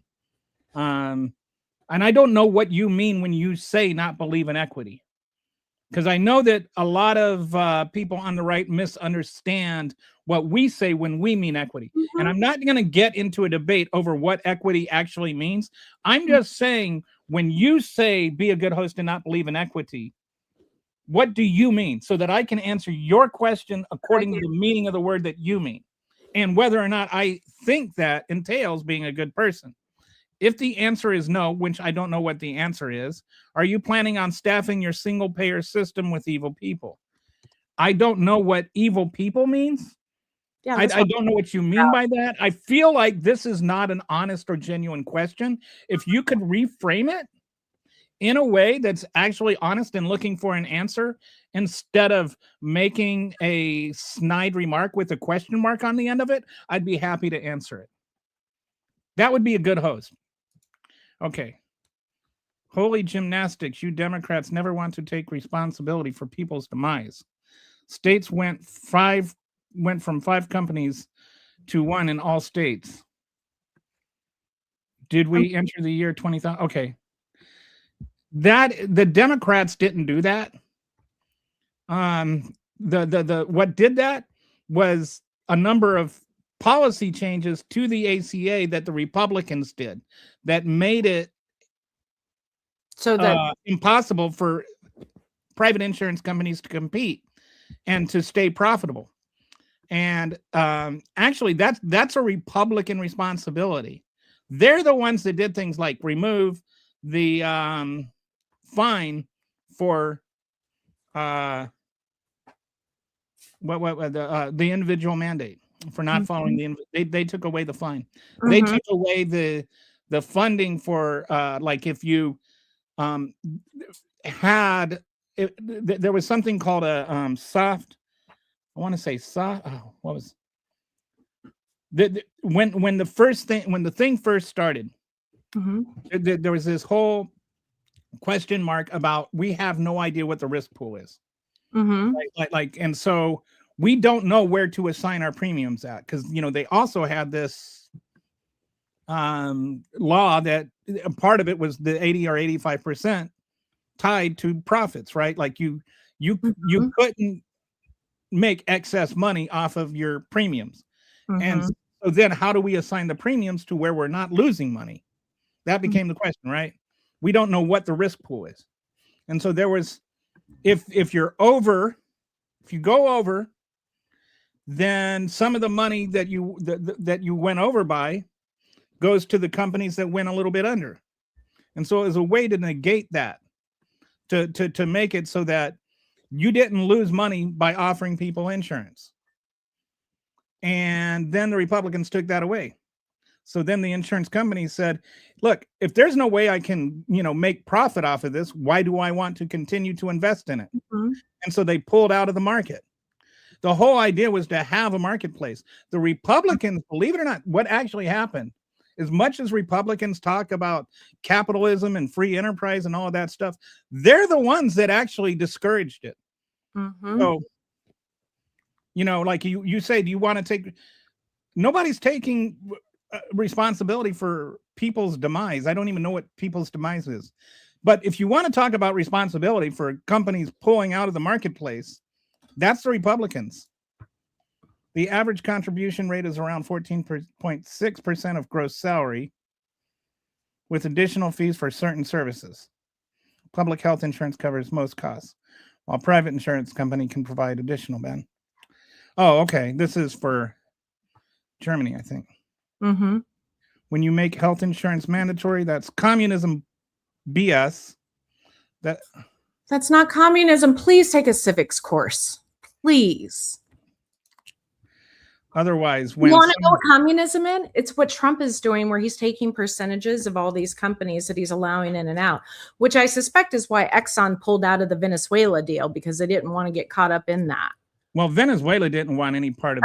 I mean, Exxon. The Venezuela Exxon didn't want any part of the Venezuelan oil because it's just not profitable. Mm-hmm. Like he's trying to force private companies into doing something they don't want to do, which is a lot closer. If Joe Biden had tried to force a private company to try to invest in something that loses money, I think the Republicans might have, like a little bit of, might be a little bit upset about that. Anyway, I want to get back to the point of today, which is that Donald Trump is a tyrant. So mm-hmm.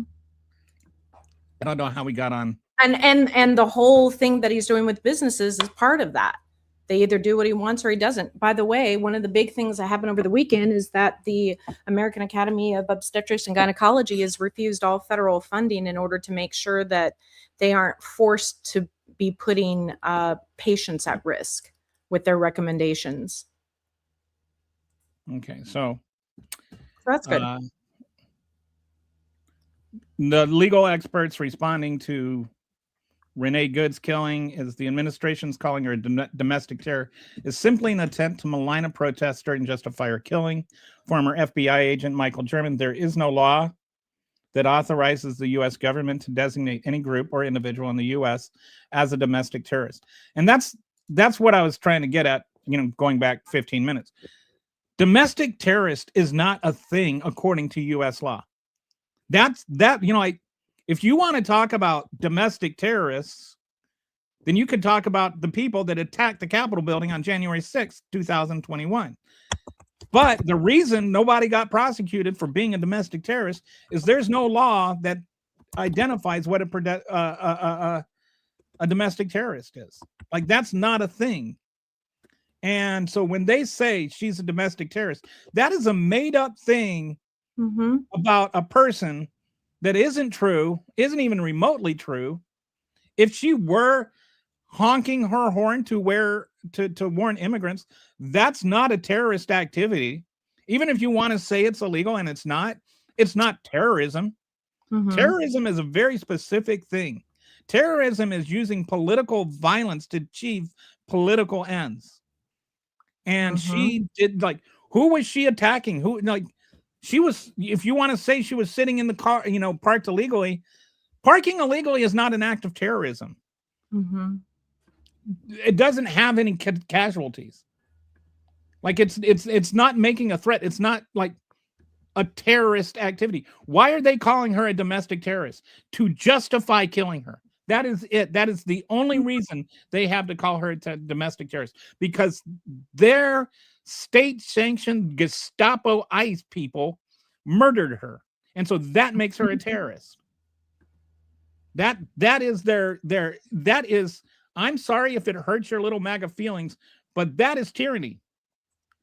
The next thing they're doing is they keep threatening independent institutions. DOJ is opening criminal investigations into federal chair Jerome Powell. Why are they investigating him? He didn't commit any crimes. Even they're not clear on what the crime he is. They can't even tell what he did that was illegal. So Powell's response is this is about whether the Fed will be able to continue to set interest rates based on evidence and economic conditions, or whether instead monetary policy will be directed by political pressure or intimidation. The one thing that we have going for us on this in terms of just the side of reality is that now he's putting other people's money where his mouth is. And so the stock market did not respond very well to this. So if the stock market starts to go under and the people that have a lot of money in stocks, the ones he's been ingratiating himself to, if they get upset, he might have to listen to them. The stock market's dropped. The dollar is weaker. Bond yields are rising. The concern is complete erosion of Fed independence. Nobody wants that. Not even MAGA shouldn't want that, because Donald Trump's only going to be president for 3 more years. Hopefully, if he follows, he's going to die soon. That guy is on his last legs. Either that, or they're going to throw him under the bus for the Epstein files. It's going to be one of the. But if he is president for more than 3 years, it's because he's a tyrant. Like, the Constitution is pretty clear. Okay. He can't be president for more than 3 more years. I am tired of the right and the people in the comments sexualizing everything. Are they doing that again? They're doing Trump is your daddy thing. Do you understand what that term means? Do you understand what the connotation is? First of all, he's not my daddy, and he never will be my daddy. And y'all jorking it over there, put it away and focus on what the facts are. So Lolly trying to portray her as parking illegally might be the most idiotic asinine statement. Well, it's the MAGAs that keep making that argument. Exactly. Minnesota Ice Watch trained to abuse police. Investigate Joe Powell. His claim. Where do there are this is like, are you a Russian bot? How do you get this? This is just like, no. Okay, hang on. I feel like I need to do this. Okay, I want to see how. Okay, hang on.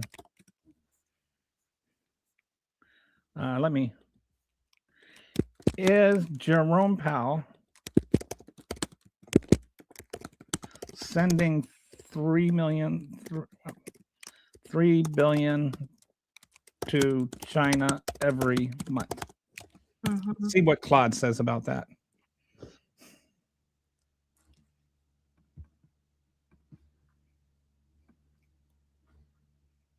You guys really, your cognitive dissonance is just, it really is so very odd. No, that's not accurate. Jerome Powell and the Federal Reserve don't send money to China. What you're likely seeing is a misleading characterization of interest payments on U.S. Treasury securities. Here's what actually, also, China holds approximately $800 to $900 billion in U.S. Treasury bonds. They're one of the largest foreign holders. The U.S. Treasury Department, not the Fed, pays interest on those bonds to whoever holds them. At current rates, 4% monthly interest payments to China would be roughly $2.6 to $3 billion. These are routine debt service payments not being sent by Powell. So it's actually, if you want to be strictly accurate, it's the Trump administration sending them $3 billion a month. Because if it's the Treasury Department, who's in charge of the Treasury Department? Hi, baby boy. Kitty, who's in charge of the Treasury Department? Who's in charge of the Treasury Department? Isn't that the head of the Treasury Department? And who is in charge of the head of the Treasury Department? The people? No, the president. It's part of the executive branch. Right. So Donald Trump is sending him $3 billion, China $3. If you want to like blame it on somebody, but actually what they're doing is just paying interest owed on debt that is being increased by Donald Trump increasing the debt. I do not, by cutting taxes for the guy that is sending China billions of dollars in a month. I do not even watch MSN. I am educated. I watch MS now. I watch MS Now, which is what it's called now. By the way, if you watch a recorded show on MS Now, is it called MS Then? Sorry. See that I need live reactions sometimes. You make me snort laugh at least once an episode. So, but I'm never on camera to snort laugh in front of you. But yeah. That was I think that, you know, like I get so tired of like MS Now being compared to Fox News. MS Now gets sued for like, how much did they lose in the Dominion lawsuit? Oh, hold on, I'll tell you. You can't because you all act truth. I can't what? Oh, you don't know? It's because of the 3 buildings and whether it flowed out elsewhere. I don't even know what that means.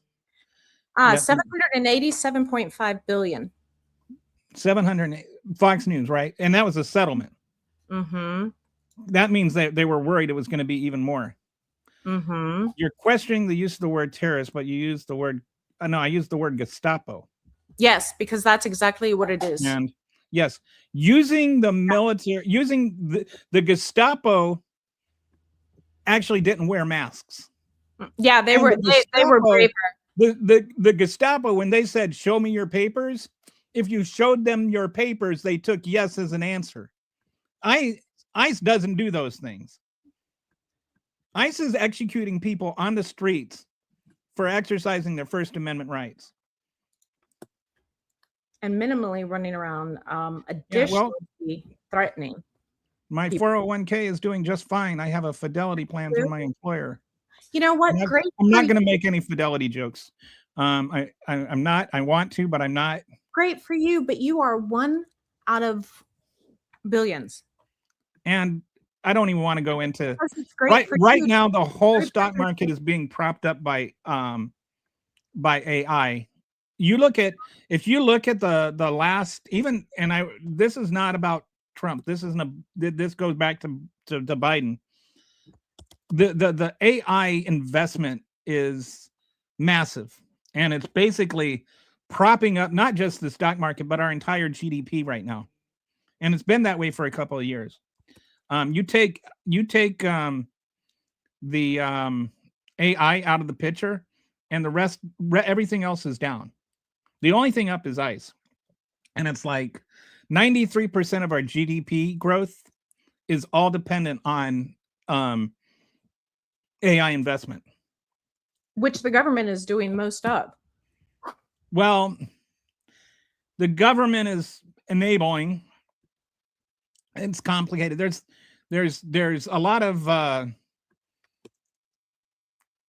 what's the word I'm looking for? Like subterfuge going on. Mm-hmm. There's a lot of chicanery involved in this, where you have like Microsoft borrowing from a company that's borrowing from another company that's lending out their chips to another company, and it's kind of all this big house of cards that if one thing goes wrong, it could bring down the whole thing. It's like the mortgage crisis all over again. That it's just we're in 2007 right now, but it's bigger.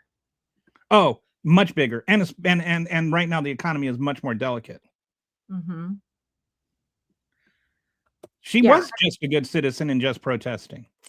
She literally had no criminal history at all. She literally had just dropped her kid off. Like the idea that she was some terrible person or whatever. You didn't, like, how do you know who she was there, bees?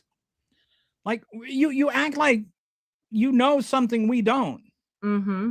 Like, how do you know who she was? You just want to smear her because you have heard her smeared. Mm-hmm. There's nothing wrong with her.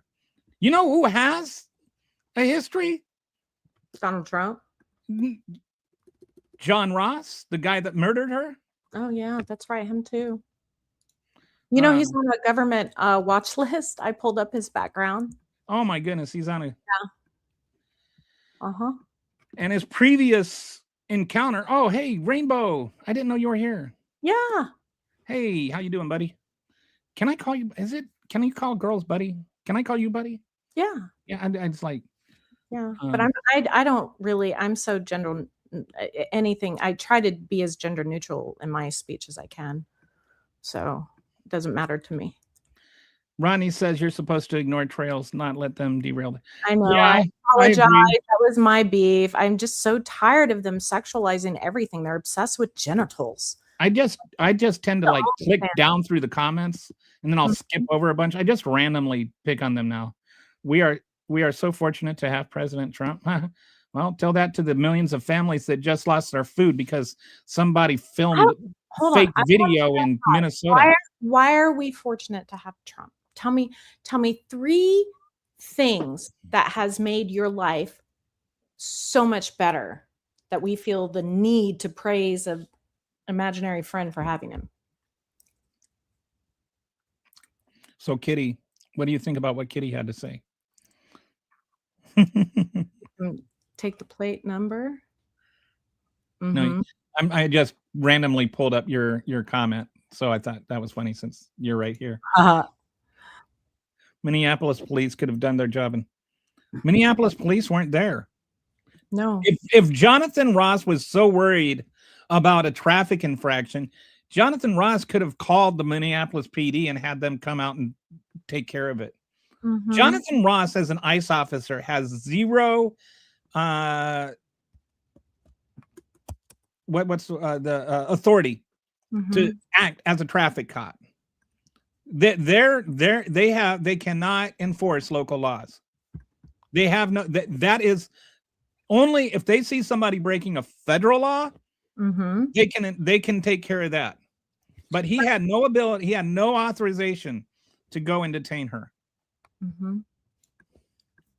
We are a country built on law and order. If you don't like the laws, move to a country that doesn't care about law and order. Okay.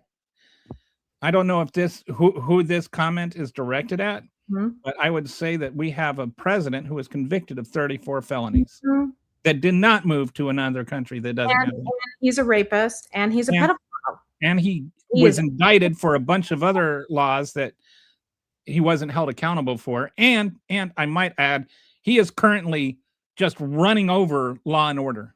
So I don't know if you're in agreement with me or not. Order that involves this crew, and you've been far too desensitized and clearly do not understand how the rule of law works. You don't get to be selective on the rule of law. The rule of law means everybody is held accountable and equal, and he's not. Somebody keeps making this joke about pronouns. You're on timeout. I'm on timeout? No. The person that keeps making, I'm not going to put the thing up there, but yeah, no. Pronouns, first of all, learn what they are. It's not a verb tense. And using that as a joke for a dead woman is just disgusting.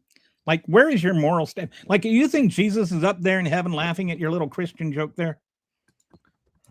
Remember when Stacy Plaskett was texting Epstein during a live?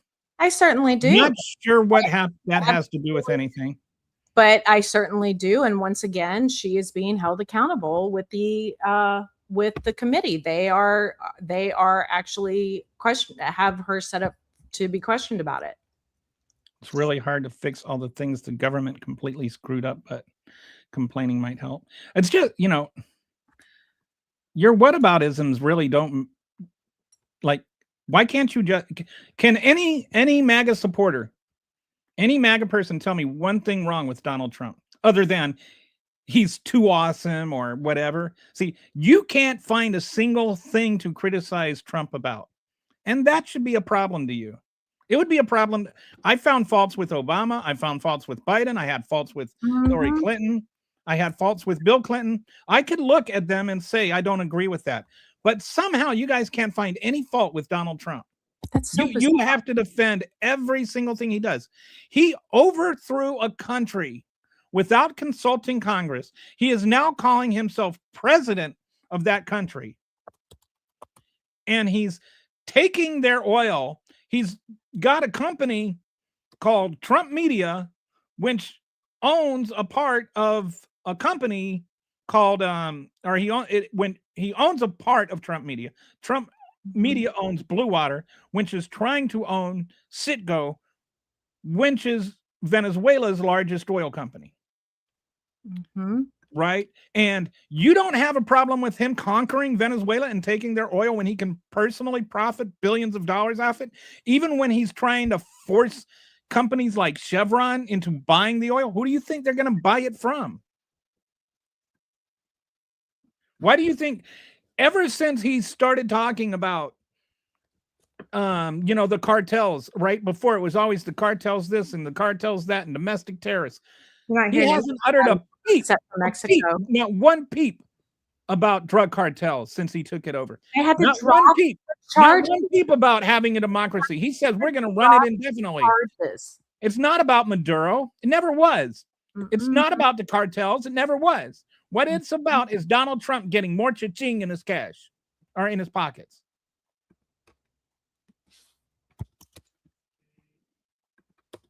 Just like Greenland is, just like Mexico is, which he's also, just like Cuba is. Everything is just about serving himself.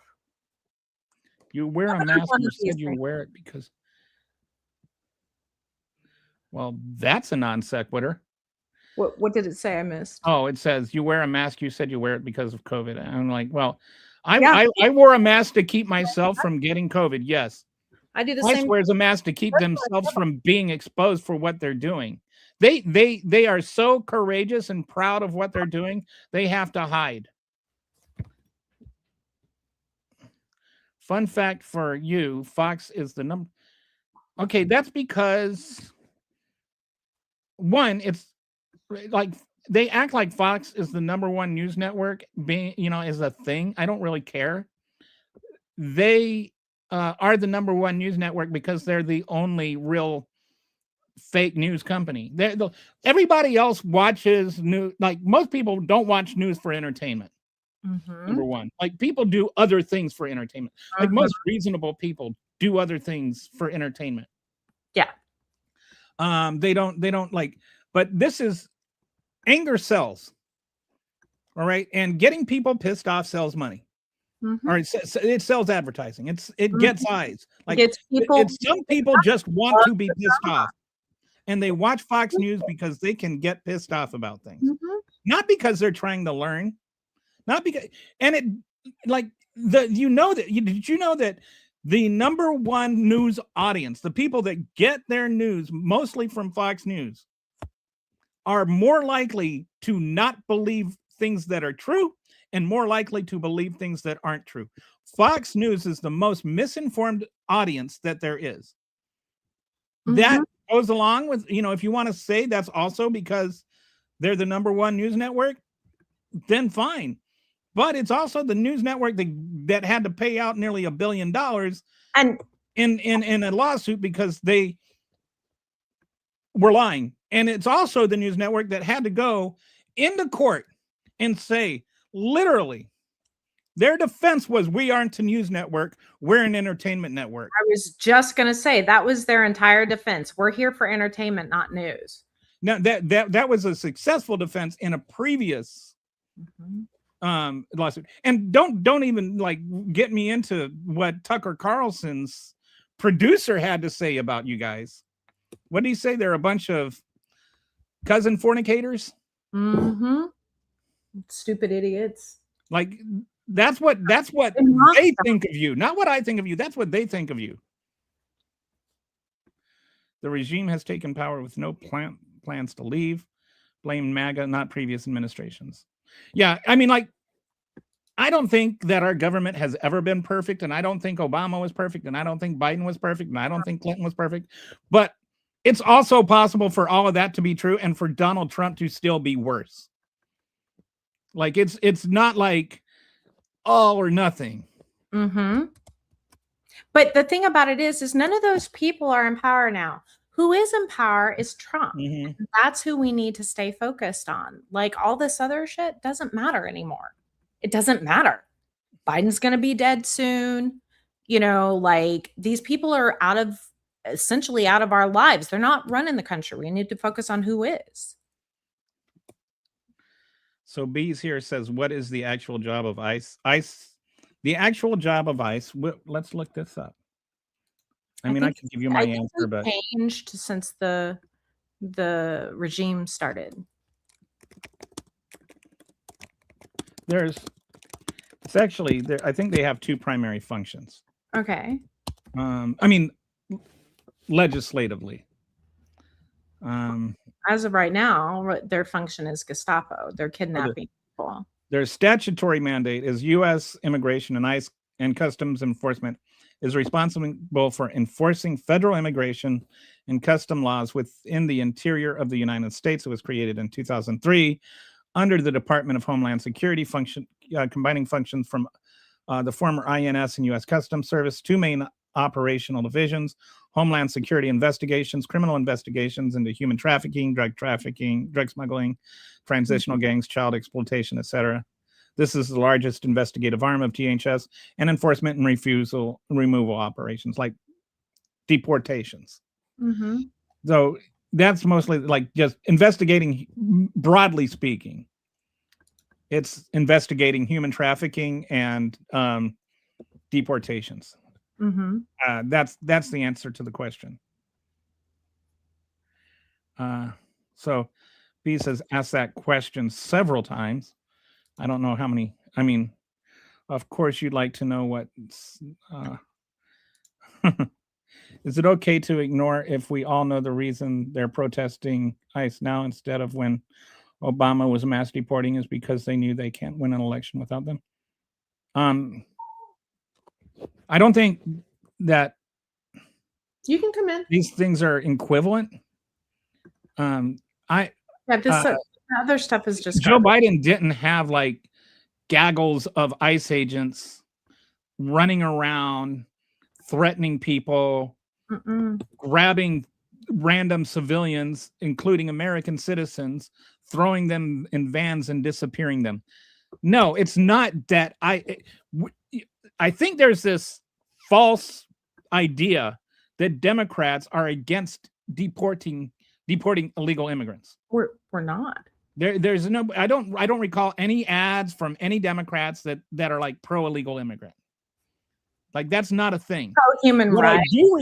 What I do recall is things like due process. Barack Obama didn't deny people due process. He didn't have. I've seen so many videos of since this shooting happened in Minnesota. I have seen numerous videos. I almost thought about doing the entire show just of showing these videos of ICE agents threatening people with, did you see what happened a couple of days ago? Like person after person, they're threatening citizens. They're beating up citizens. There was this Hispanic kid that they beat the crap out of in a Target. That was an American citizen. And then dropped them off at a Walmart bleeding and suffering. So Obama wasn't doing those things, and those are the things that we are protesting. We aren't protesting the ICE agents doing their jobs. We're protesting ICE agents violating civil rights. I wouldn't want them to treat you this way. Monocots have more formal training. I wouldn't want that for you at all. And I would fight this hard for you too. And I keep, I was thinking about this, that remember when the guy punched the Nazi like a few years ago, like in Trump's first term, and all these Trump supporters were like, I don't have to agree with what you say to defend your right to say it, right? And now all these same people are, well, if she hadn't been saying it, then we wouldn't have had to kill her. What happened to defending your rights? What happened to defending the rights of the people to say things you disagree with? Why aren't you standing up for their rights now? It makes me think that you were really saying that you actually agree with the Nazi. When you're not willing to denounce what he's saying, but you're going to defend his right to say it. But then you're going to defend the rights of the government to like literally shoot people for saying something you disagree with. Cognitive congestive heart failure and a mortgage default have left me living in a van now with no medical care. I've never been to it. Oh man, that sucks, Rodney. I'm so sorry, Rodney. See, it's stories like yours that just absolute drive me on this, because it's really happening and people don't believe that this is happening because it doesn't touch them. What does being gender polite mean? Does that just mean being a polite person and just referring to somebody as who they identify as? Like, I don't understand that. Like, everything has got to become like, oh yeah, and like, let's attack trans people because that's the only thing we can talk about. What is the actual job of ICE? I don't. I'm okay. First of all, I think I'm way behind. I'm like 15 minutes behind. I don't think these two have. Again, you all keep bringing up Obama. He's not president anymore. That's not what this is about. We are in the current time. You know, like, get out of the past. Under President Barack Obama's administration, immigrant families and unaccompanied minors. What is your arrangement syndrome that you can't like leave it alone and move on? Okay. Yeah. Let's put it this way. Let's just change a couple of words. Yes. Under law, immigrant families and unaccompanied minors, including children who crossed the U.S.-Mexico border, were held temporarily in detention centers. Barack Obama was just following the law. That nobody's complaining about temporary detention centers. We are complaining about the concentration camps. But this is when somebody crossed the border, especially if it was an unaccompanied minor. I want to say at the time there was what was the Gonzalez or something? Anyway, there was an agreement, because what happened before is Emilio Gonzalez. Yeah, I want to say, was it the Gonzalez agreement? I think so.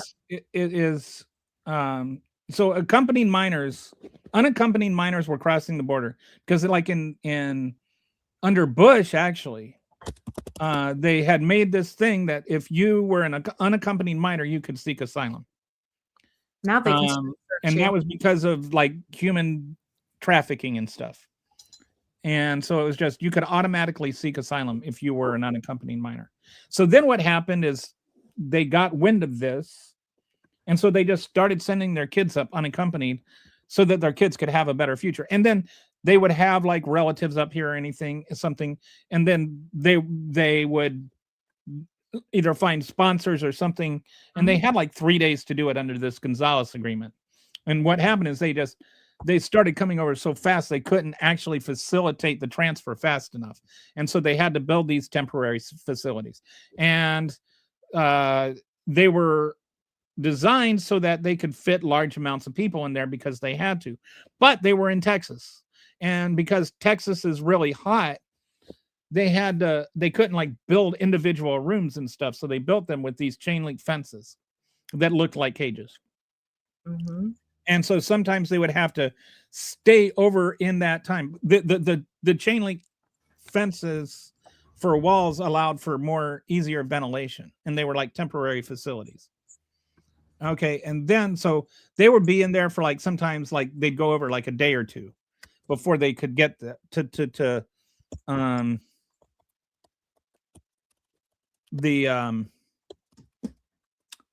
final, you know, like to get to their sponsor.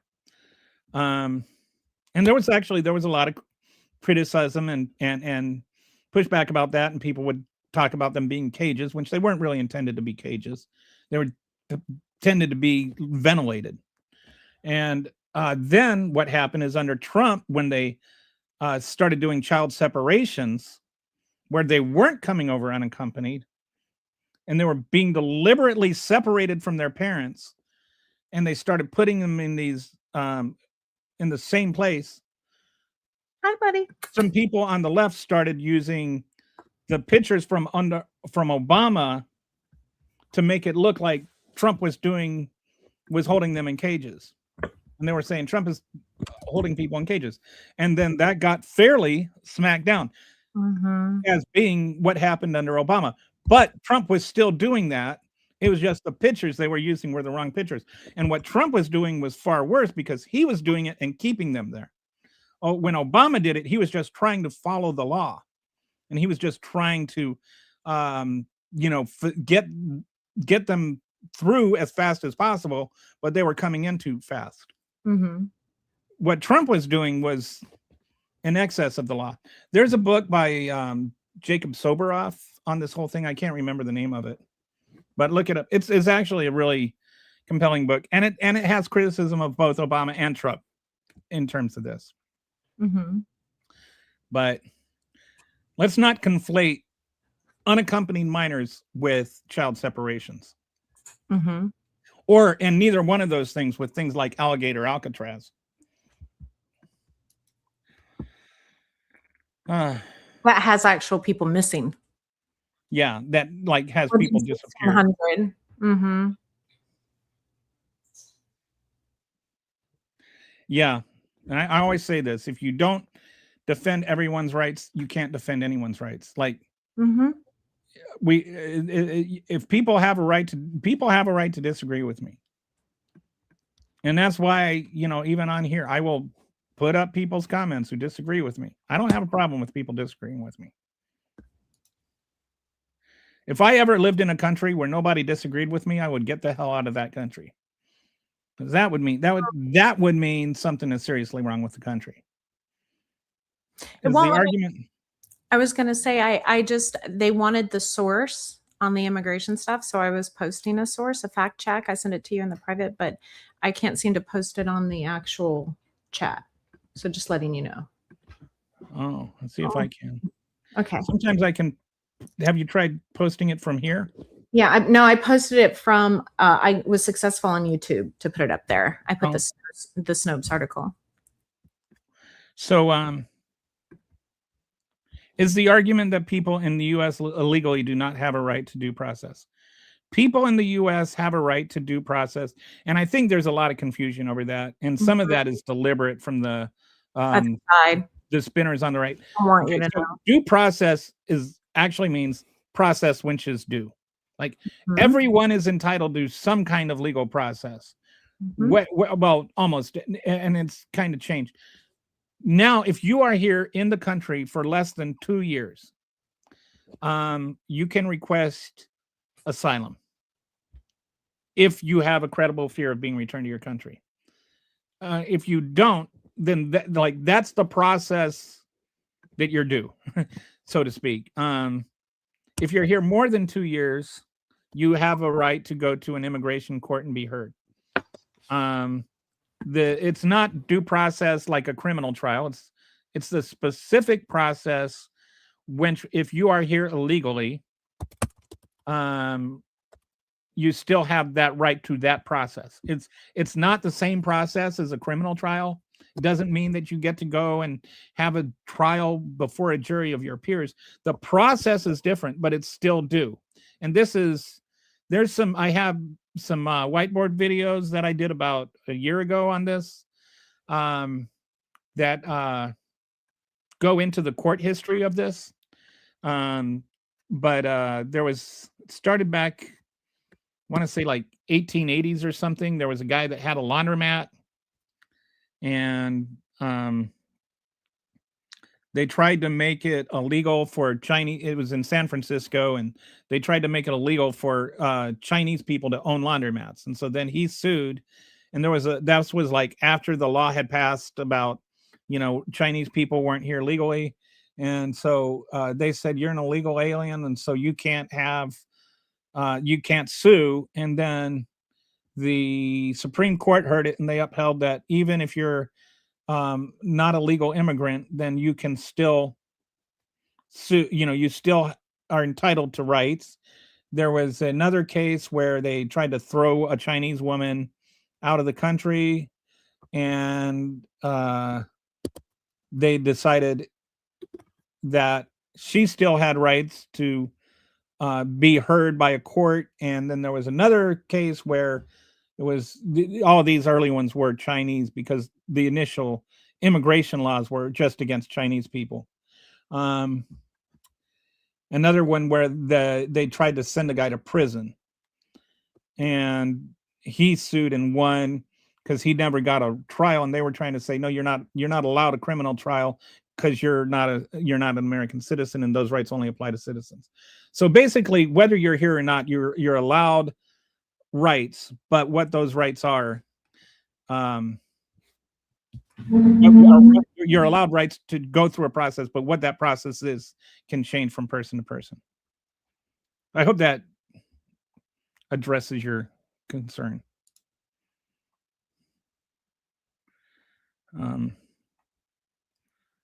How do you know what that? I venture to say that God is a liberal. I don't think he's a Democrat.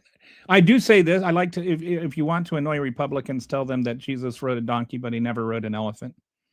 I don't know who's trying to censor people online.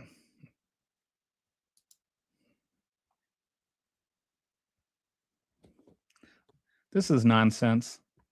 There's lots of the nonsense. I'm kind of ignoring some of. That's why I haven't commented much, because it's just a lot of bot patrols.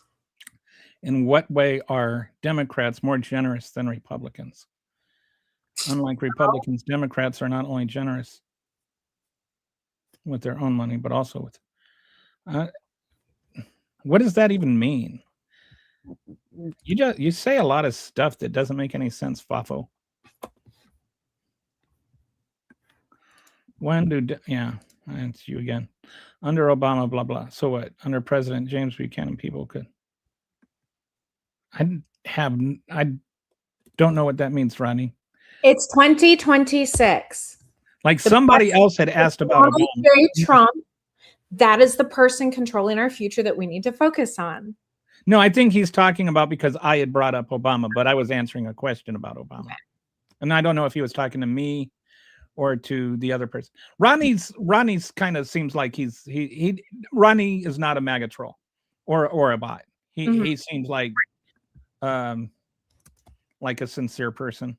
Oh, so you don't support? Everyone knows that this is untrue. We have their seats. I see you. Very supportive of a pedophile, though. Okay. God wouldn't care, but he sees the buffoonery coming from the left, and God does. Like, yeah, they're not invited here. I actually don't care what somebody else's imaginary friend believes, so.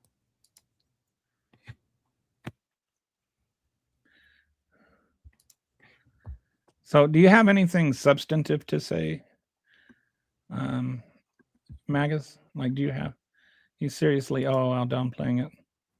I don't know what I'm downplaying like crazy.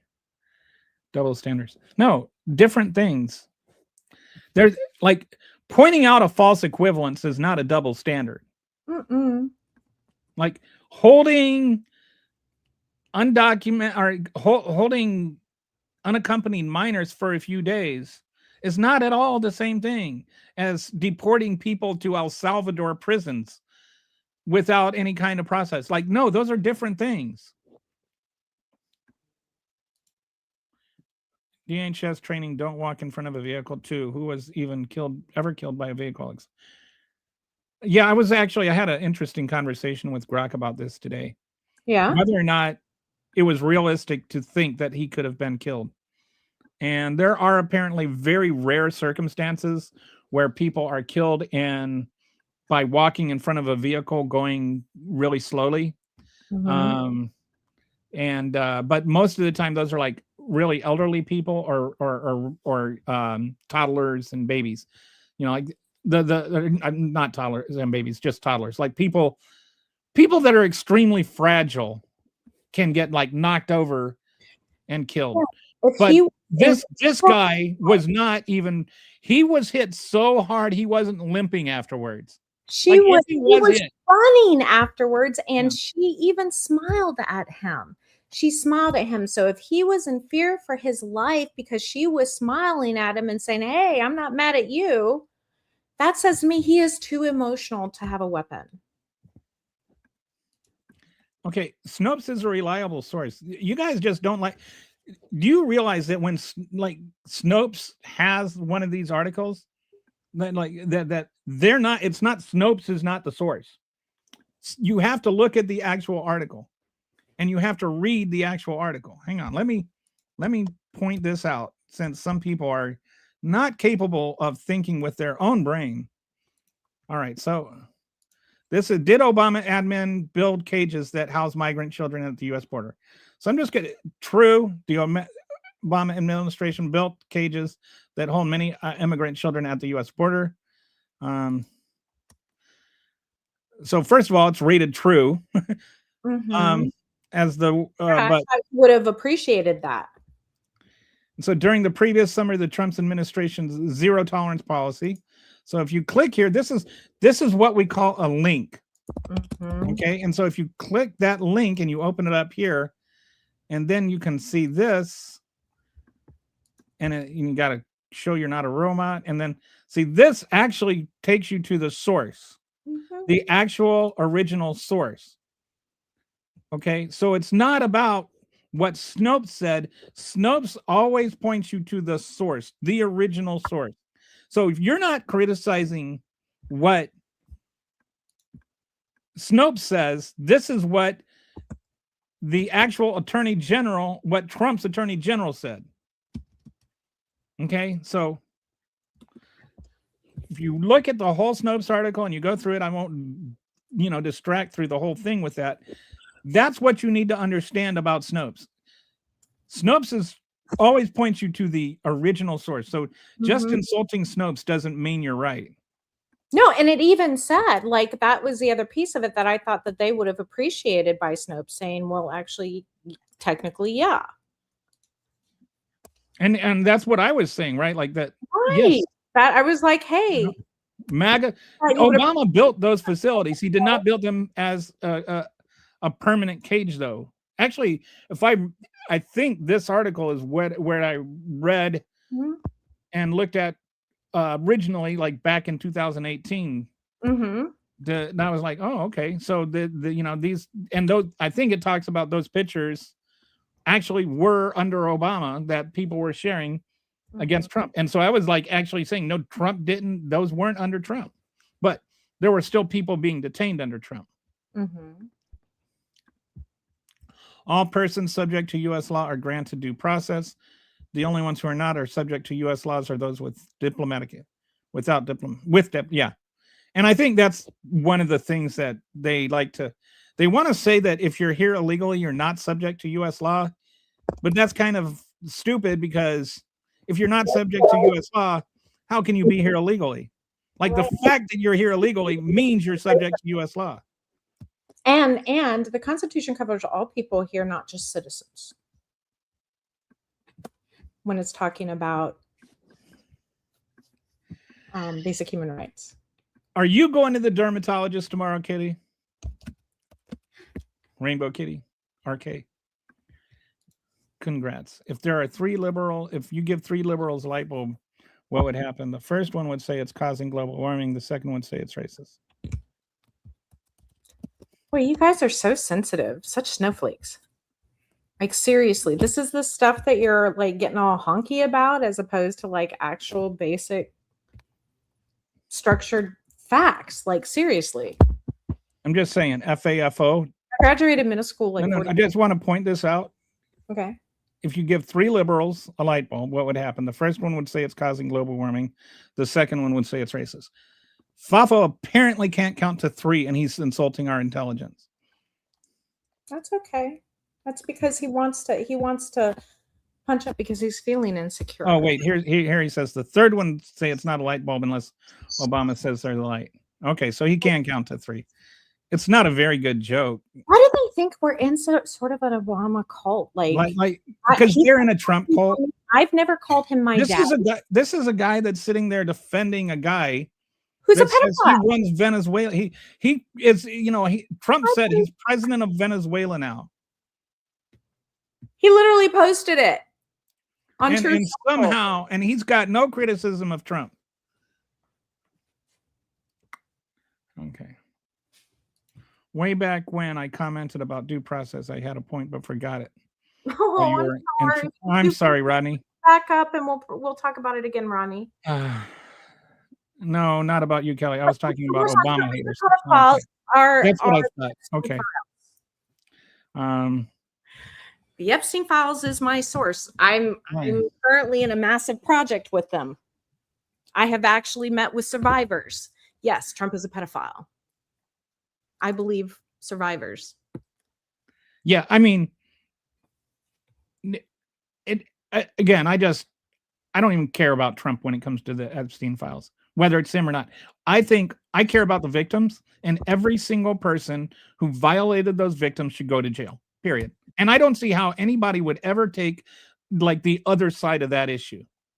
And so we need to see who those violators were, and we need to prosecute them. If it's Trump, send him to jail. If it's not Trump, don't send him to jail. If it's Clinton, send him to jail. If it's not Clinton, send him to jail. But only 1%, Kitty. Your work has not started yet. I'm sorry to tell you. Already confidently and confident enough, let him sue me. Trump is a pedophile. Let him sue me. I am excited about discovery. That's that would be interesting. And that's how confident I am in his pedophilia. She backed up and he walked in front of the car himself. I mean, he recorded himself walking in front of the car. And no, I even asked this. I asked this on, and I've got more followers on Blue Sky and Twitter. I've got like 175,000 on Blue Sky and 75,000 on Twitter, and a lot more than I have here. And so I asked, if you're an attorney, would you be able to prosecute this person? And I also asked it on Twitter. I've got a number of responses from another number of attorneys who are both prosecutors and defense attorneys. And every single one of them were saying there is no way, like a good attorney wouldn't even take this case. There's no way it would ever get past a grand jury, much less you'd render a verdict in a criminal court. I have heard and been told by defense attorneys they wouldn't want to take this case. Some have said they might be able to defend the first shot, but the second and third, there's no way. They have universally said they would not want him as a client. And I've done the search on the legal history, and there are cases where all three shots, where somebody, Andrew something or other, I can't think of his name. Anyway, I've got a video on it. It's fired. It was the exact same kind of thing. Guy started off in reverse, and he fired 6 shots from the side of the car.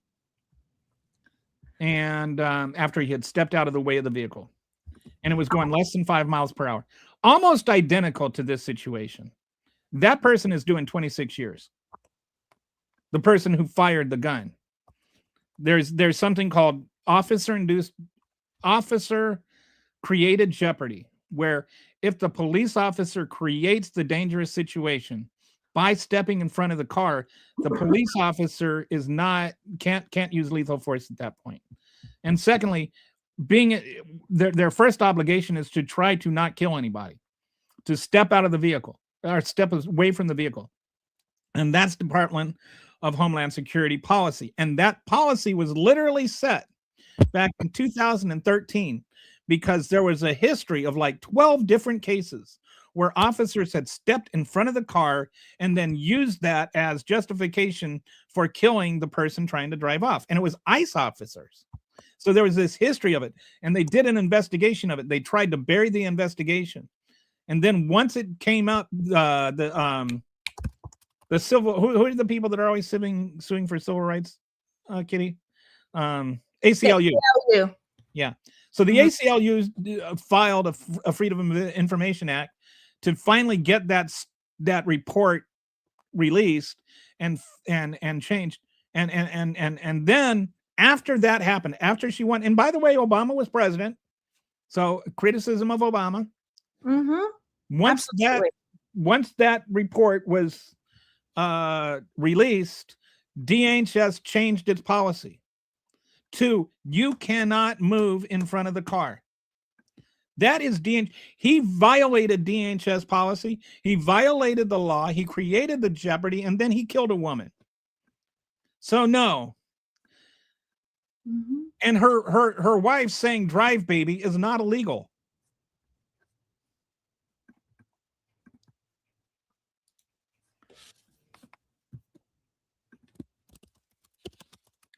Rodney's okay. Yeah. Ronnie's good dude. Yeah, move the bleep on except when we bring up January 6th. Remember no, I don't remember things that never happened. What I do remember is this crazy woman breaking a window, trying to crawl through it as the apex of the spear of 2,000 people screaming, hang Mike Pence, while Mike Pence was a few feet away, and then getting shot as she was trying to kill the vice president. And then 5 years of people talking about how they killed an innocent woman. She was a domestic terrorist. Literally. She literally said that her goal was to prevent the lawful counting of votes so that Joe Biden could be president. No, the officer literally walked in front of there's no point in debating reality. The video literally shows him walking around the whole car. Don't lie, Vincent. I believe this was the same officer from 6 months ago. This sounds like, yeah, he and the 6 months prior, and this is like, they use this as a defense. Instead of like, okay, what happened before is he broke through a back window, reached in, and he was trying to, I don't know, stop the car with his superhuman powers or something. And then the driver took off and he got dragged for like 10 or 20 feet, depending on what, you read. He got some lacerations and he needed some stitches because he was too stupid to know he couldn't stop a car with the power of his right arm. And so they took this man that was this stupid and apparently so traumatized that he had to shoot a woman in the head 3 times. On instead of just like stepping out of the way. And again, he watched her steering the wheel out of his way. We know this. We know that he watched it. We know he saw her doing this because he filmed it. And he was filming it. We have his film. The first time. No, that was a different officer, Vincent. That was a separate officer. And by the way, they didn't have the right to open her vehicle. Why didn't Biden release them then? There wasn't a law passed that Biden had to, because there was an appeal still going on with the Maxwell case. And he couldn't. And also, Biden never made any comments at all about them. The idea is that Biden, like the problem with this question is that Biden ever considered releasing them and then said no. Like there was a conscious decision to not release them. He just didn't think about them. Like there was never a discussion about it. And should he have had that decision? Should somebody have said, hey, maybe we should release the Epstein files? I don't know. But I do feel like if you're going back and you're looking at the case from the victim side, I think that there was a pattern from starting with when Bill Clinton was president to when George Bush was president, to when Barack Obama was president, to when Donald Trump was president the first time, to when Joe Biden was president, to now with Trump president again. There has been a consistent silencing of the victims and not listening to the victims. So from that side, I think Joe Biden should have released everything that should have been released, but nobody was asking him to. And there was no law asking him to. So it's not quite the same thing. And also Joe Biden didn't run on releasing them.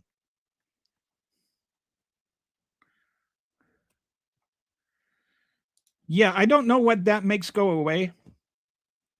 Can Stacey Plaskett be wrong? And John, does Stacey Plaskett texting Epstein, does that make it okay for Donald Trump to not follow the law, or for Pam Bondi to not follow the law? What is the point of that? Oh, all right, we're still.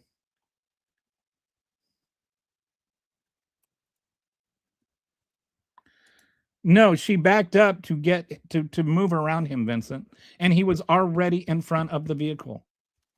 We're not going to argue that because it's just, there's no point in it.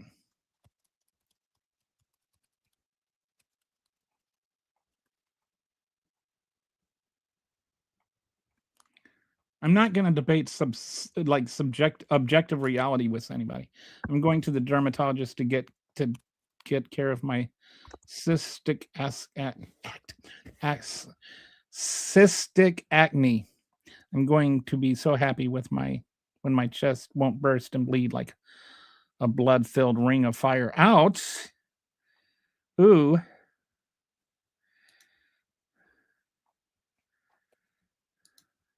That sounds painful. I live with 2 men and I have sons. I love men. I do not like Trump and he is a pedophile fascist. Yeah, whatever, Vincent. I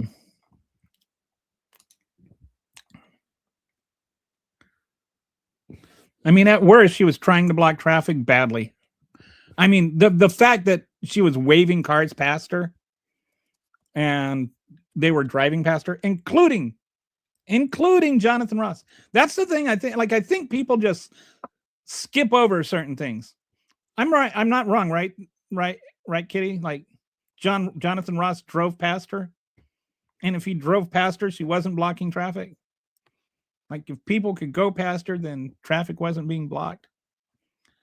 I mean, you could say that, they might have had to take turns, but there was didn't impede any ICE investigation. No illegal immigrants got away because she was parked there. There was no sting operation happening. There's so much justification, like, to make her into some kind of villain. How does it justify murder? Like, it's a traffic situation. Why is murder acceptable? Like, literally, think about all the traffic laws you break every day. Everybody does.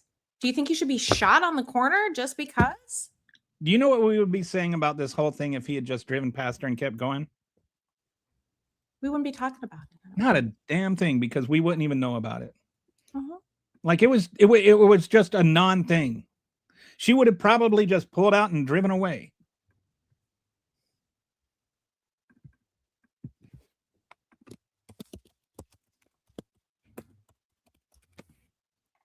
Oh, what? Somebody's saying the first shot was accidental? Well, that's a weird one. I haven't seen that one. That makes it so much better. That's like makes it the second and third were on purpose. Okay. Like, the second and third were the ones where there's not even any remote sense that his life was in danger.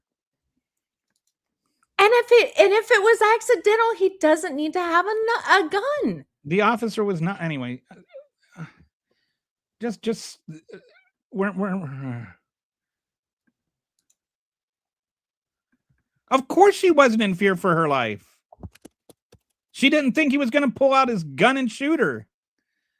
Because that's normally not. I mean, like, the fact that she was smiling and then, like, I mean, this is one of the saddest things to me is the last words she said were, I'm not mad at you, bro. I'm not mad at you, bro.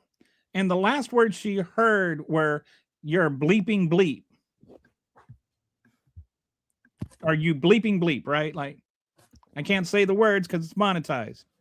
Just think about that. The last words she said were, I'm not mad at you, bro, to the man that killed her. And the last words she heard were, you bleeping bleep, from the man that killed her. I got to tell you, that's the most common thing said to me on the internet. At least on X and most social media sites by the right wing. That's that term. We have, as women, we have heard that our whole lives. Anytime we've turned a man down for sex or refused a date or hurt your ego in some way, it's the same term we all hear. I wonder if that's why so many MAGAs are so uninformed, because they can't learn from women. A lot of stuff I've learned from women, including my mom. Justifiable homicide of vehicles. Yeah, she wasn't trying to kill him. I mean, she wasn't. That's just plainly obvious. And you know who else knew she wasn't trying to kill him? The other officers that were there. And do you know how you know that the other officers who were there weren't trying to kill him? Because none of them drew their guns. The only one that drew his gun was him. And he started to reach for his gun while she was still in reverse. You can see still shots of the backup lights being on. So we need the while video. His hand is moving towards his gun. So he started to reach for his gun when she started going backwards. His whole intention was to shoot her to keep her from leaving. It was not self-defense. And again, it's not justifiable homicide.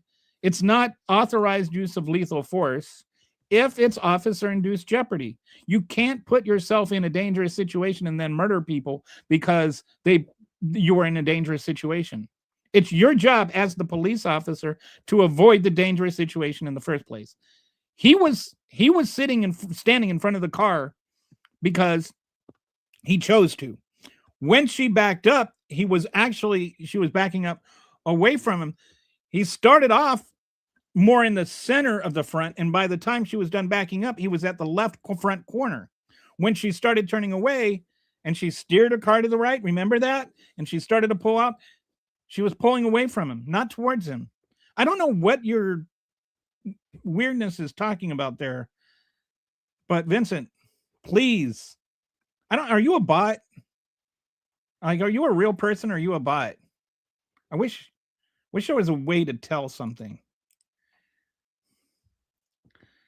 Oh, and man.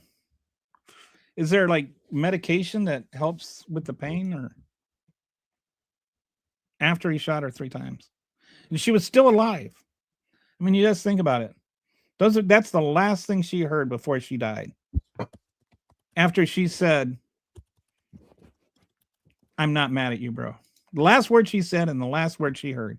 It's just, to me, it's just sad. And it's so sad that people defend it. It's caustic. That's it's do you know what the word synecdoche means? Not like the New York. What's that? That's a good word. It means like symbol becomes the whole.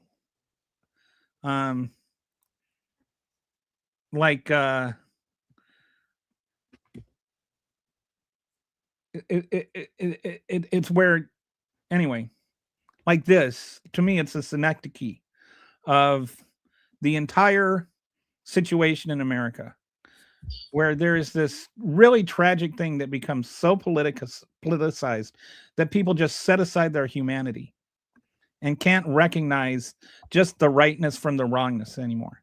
And it just becomes, she was trying to kill him. She was not trying to kill him. I'm sorry. There is just no way I can watch that video and see a woman trying to kill that man. All I see is just, I see this so many times. And where you just have a man outraged that a woman is not doing what she is told to do. And I keep thinking about That's exactly it. this is the same anger that you see on display when you see why didn't you have my dinner ready on time? She made me do it. She shouldn't have been wearing that skirt. I bought her dinner. She wouldn't blow me. It was just anger. And it was anger, like just vile anger that came out of his mouth. Mm-hmm. That was not, oh my God, what have I done? That was bleep, bleep, bleep.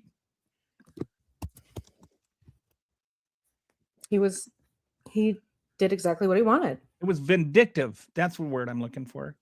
It wasn't an act of self-defense. It was an act of revenge. Mm-hmm. She, like saying, how do you know this? Was it what somebody on Twitter told you that? Like, I don't know where some of this stuff comes from. But even if it were true, which it's not, but whether it's true or not is irrelevant because he doesn't know that. And that's not a thing to murder somebody over. You've got to find a way to make it his fault. He beat his wife. He was arrested for domestic abuse. I don't know if she was ever arrested for domestic abuse, but I know that he was.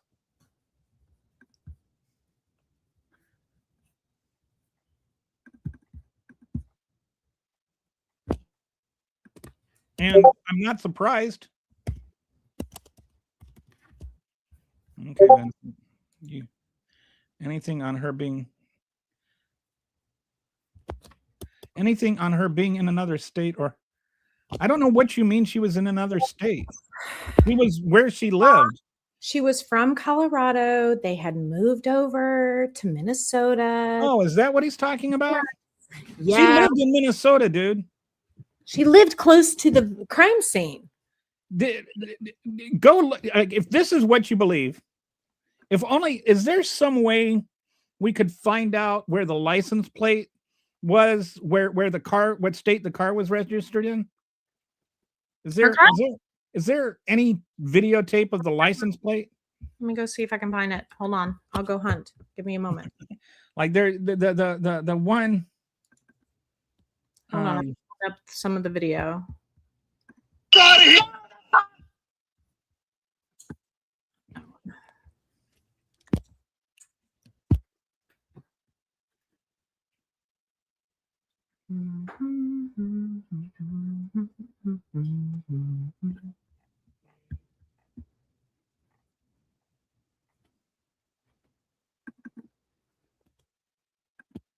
Blood.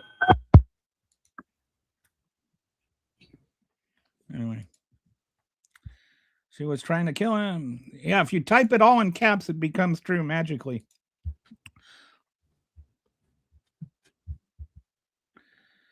I mean, that she didn't even knock him down kind of negates that she was trying to murder him. He was running afterwards to escape. So, like, if she was trying to murder him, she was really, really bad at it.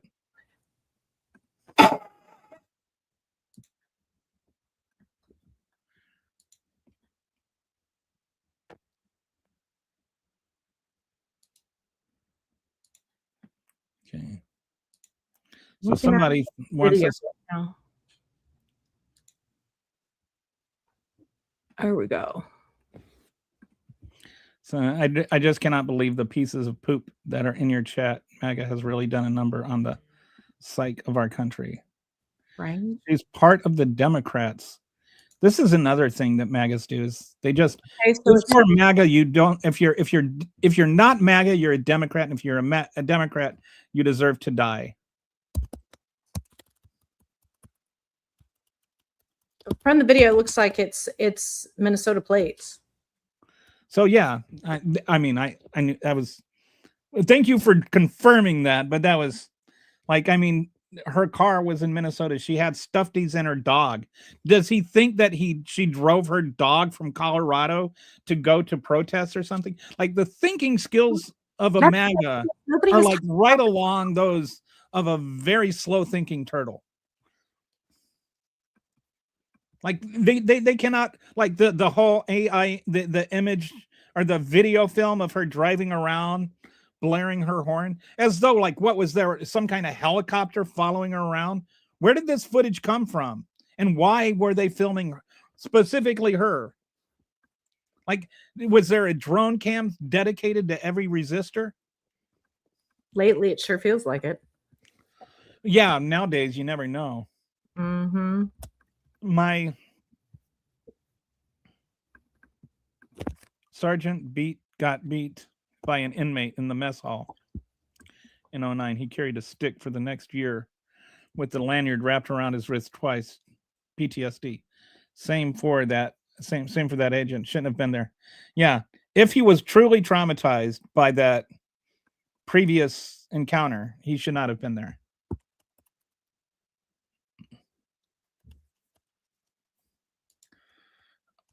Oh,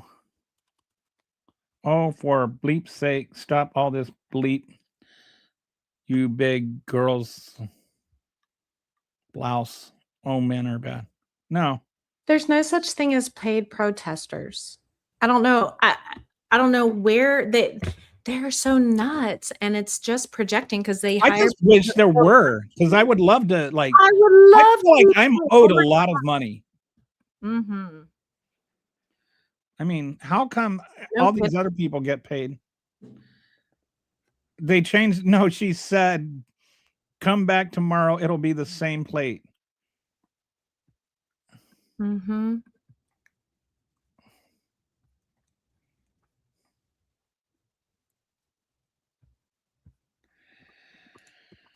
Apparently, you're the only one in the history or that has ever watched this video and not seen him walk in front of her. I mean, I'm not just going to debate that reality with you. Laura Ingram protester admits it right there on YouTube. Yeah, I'm sure 3% of the population are lying morons who want to just be famous and get on whatever they can. But the reality of it is I've worked and spoken with more than 20 or 30,000 protesters in the last year, and I'm telling you, no one is getting paid. So you can believe what you want, because it sounds like it sounds like there's projecting going on, like maybe you're a paid troll. So I asked Claude, To me, is there any evidence that Renee Good beat her kids?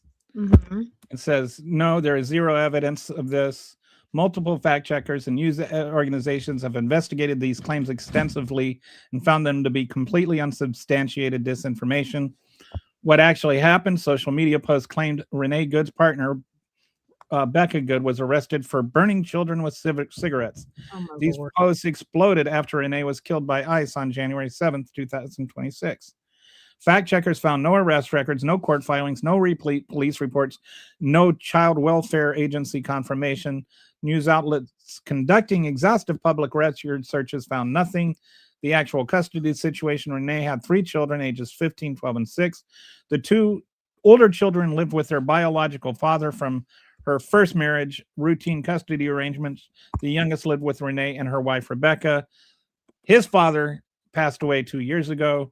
There's no evidence she lost custody of any children due to abuse. Why this matters: this is a textbook disinformation campaign. After her killing sparked outrage and protests, partisan actors circulated these false abuse allegations to discredit the victim, justify the shooting, and undermine the public sympathy. The claims cite anonymous sources or family claims, but provide zero documentation. Every credible outlet that investigated labeled these claims false. So, short answer is stop lying. Mm-hmm. At this point, if you didn't know already, Now you know. you do now. Garbage. So if you're an honest person and a real person and not a troll or a Russian bot, you won't say that anymore. And you who claim that these aren't facts, please post your source. Post it. Post a source. Show us where you get your facts from. because we would love to see your receipts. You know, we would love to see your receipts. Additionally, to the person who referred to Renee as a floozy because she was married 3 times, I want to remind you that your daddy was married 3 times, had affairs on all 3 of them. In fact, got in trouble for trying to pay one of them off because he had sex with one of these women while she was at home just having given birth to a child. And he's a pedophile. So I'm not sure that you really can compare it. Or are you saying that it's okay for a man to have sex with lots of people and cheat, but for a woman not to get a divorce? Like, help me understand where your boundaries are there.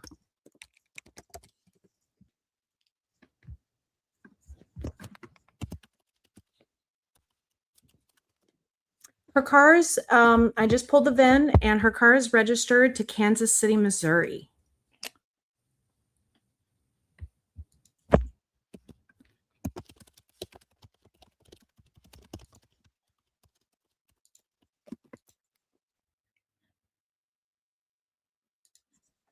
Grok She had a Missouri license plate, not Mississippi. I'm sorry, Missouri. A Missouri license plate, a Kansas City soccer sticker on the back windshield registration. Renee Good had lived in Kansas City, specifically the Waldo neighborhood, with her partner before moving to Minneapolis approximately 7 to 8 months prior to the shooting. The vehicle was still registered in Missouri. The only legal issue this created was that Minnesota requires a new resident to register out-of-state vehicles within 60 days of establishing residency. So she was living in Minnesota, but she was late registering her vehicle. I wasn't even aware of that when I said, what did the plate say? I just knew she lived in Minnesota and was assuming she'd have a plate. So yes, she had a Missouri license plate, as Brett says. And she, again, I've tried. Grok even says that the claims of the abuse are unsubstantiated and have come from some tweet. Even Grok says it. Which is the, I'm sorry, that is the unwoke AI. So even your unwoke AI says it. Drive Baby Drive, she should be. So I was saying Drive Baby Drive is murder. So let me ask something real quick, if this is okay, Kelly. Yeah. So I've got documentation of over 20 different incidences of ICE actually hitting people with vehicles. Uh-huh. So should all of them be shot now? Depends where all of those people, ICE agents, standing in front of the car. No, they were driving the car. The ICE agents hit people? The ICE agents are hitting people. Oh, that's a good question. Yeah. Of ICE. Are they using their car as a weapon? Different people with vehicles. So I'm asking, does that mean that they should be shot? Okay. I'm just going to get rid of Vincent here. Thank you. He's clearly not even trying to. He doesn't even want to have a conversation. He's just being a dick. A pay troll. He's a troll at this point. So he's gone.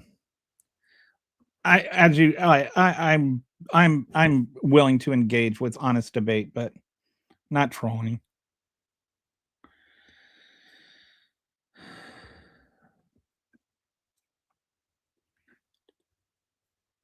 Yeah, and like I've said before, I'm willing to listen and look things up. And if I'm proven wrong, I'll admit I'm wrong. But she didn't come from Missouri for that protest. So can you also admit you're wrong? Like I looked it up. I was like, okay, she's from Missouri, or the plates are from Missouri. And then I also found out that she had been moved there 7 or 8 months ago.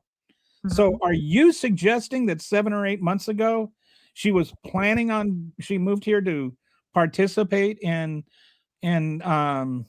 protests, that she came here? Was she living with her kid and her wife and her dog in that car for those entire 7 or 8 months? Did they have a residential address in Minnesota? I have it. So they did have a residential address. Yeah, I have it. because I ran. We don't need to dox her partner. Not going. Nope. So, but I have. But she actually lived in Minnesota, as would be indicated by the fact that she had stuffies in the glove compartment and the dog in the back seat. Well, and she dropped her kids from school. She had dropped. Oh yeah, and her kid had a school there. So she had to live in the neighborhood. And that's what and Becca said that they were helping out their neighbors. Right? So that would also indicate that she's in the neighborhood. And as Rodney points out, even if Miss Good drove from out of state for the protest, the same day of the shooting is still murder, in my opinion. And yeah, that's right. Like driving to another, you know who drove to another state and actually shot somebody?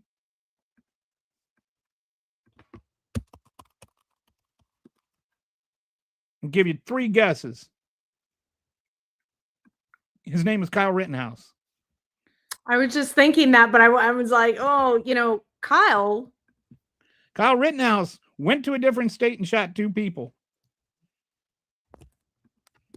He didn't murder anybody. But she drives to another state and tries to drive, and she's a murderer. Huh.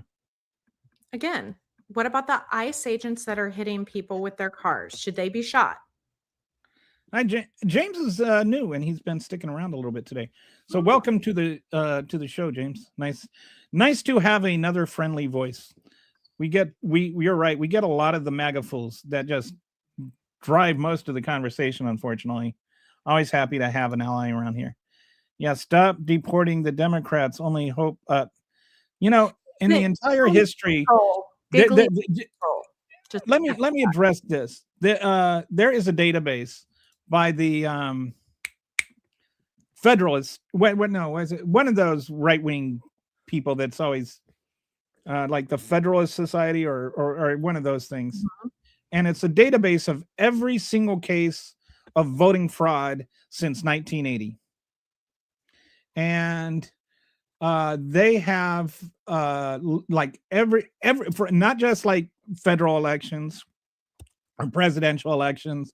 They include primaries. They include mayor elections, local elections, every single election since 1980. So you're talking like billions of votes. Out of those billions of votes, guess how many cases of people who are non-citizens of voting? I think it's 29 since 1980 cases of non-citizens voting. And of those, not one of them would be invalidated by the voter ID laws. So I don't think there is this massive democratic scheme. And this is, by the way, a website and a study that was done to prove that elections were being stolen by illegal immigrants. The whole point was that Democrats were stealing elections. And overall, they could only find like 2,000 cases of voter fraud at all. And only some of those were in-person voter fraud. A lot of them, the ones that did exist, some were Democrats, some were Republicans, and they were mostly just people that were trying to stuff the ballot box. And they were like local elections. They did not find a single case of in-person voter fraud that affected a single election of any kind. It's like this. There were cases of ballot stuffing that changed the winner, and it kind of went both ways. And it was mostly in local elections where it's like, only like 200 people were voting. Poor dog. I think we can all agree that we're happy the dog survived. But the guy nearly killed the dog, too. He also could have killed the partner. But yes, the dog is okay and with Becca. According to reports. The dog made it out okay.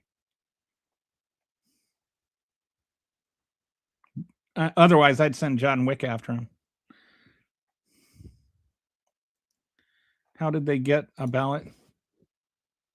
Yeah, I mean, it's when you talk about what it is needed, this is one of the things to like actually carry out a case of voter fraud. There's so many things that just don't make sense that would have to be uh, done. Like you need to get somebody's social security number. B, you need to find out where they live and steal the ballot from the mailbox. C, you need to know that they're not going to vote.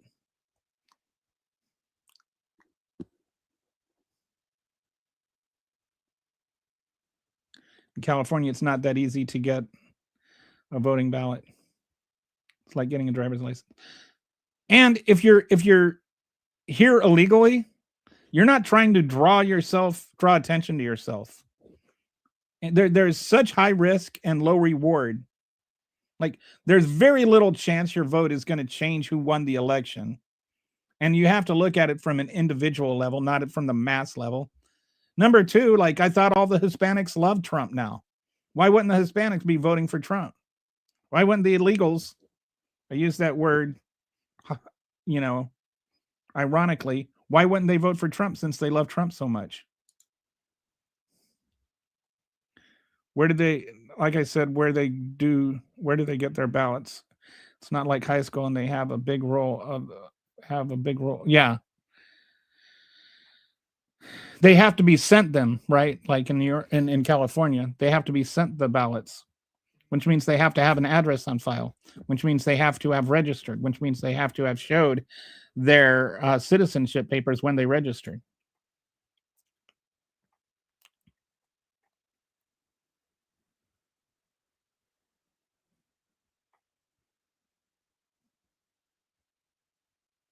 Yeah, I figured that out. So, all right. Now let's go back to the, see if we can get back into his Trump Tyrant.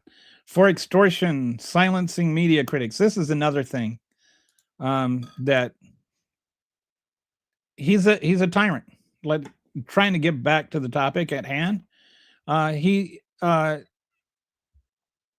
tries to silence his media critics. Media companies need FCC approval for billion-dollar mergers. Trump sues or threatens networks, hosts who criticize him. FCC Chairman Brennan Carr delays approval or opens investigations. Companies pay Trump and silence critics. FCC approves mergers. So they've had these cases where there's been a merger between a network or networks, right, and another company or another network, and then the FCC says we're going to take away your license, or they say we're not going to approve this merger unless you fire Stephen Colbert. And so then they fire Stephen Colbert, and then they approve the merger. Donald Trump is having people fired for criticizing him. That's tyranny. Is that tyranny? I mean, not just making these things up, right? That really happened. Where was the MAGA criticism from that? That's the kind. Can you imagine what would happen if Joe Biden tried to leverage the FCC to get? Imagine if Obama tried to accept an airplane from Qatar. Oh, that one's later.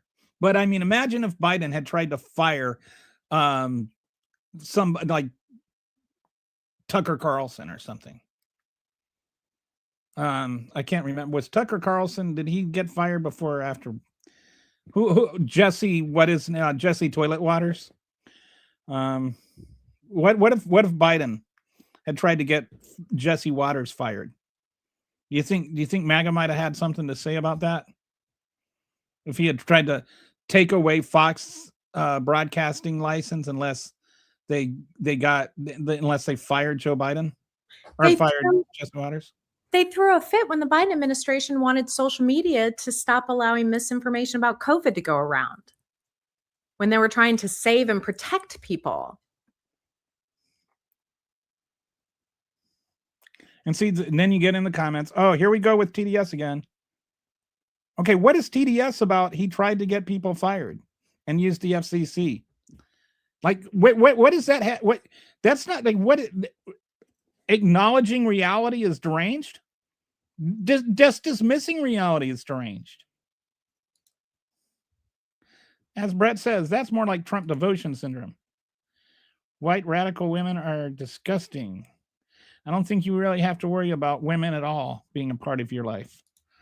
Imagine if people threw toddler tantrums and kicked and screamed like this every time their candidate lost. Oh, there's a bit of irony. I seem to remember a bunch of people literally throwing crap on the walls of the Capitol building because their candidate lost. They're like candy. How much money was Colbert losing? Who cares?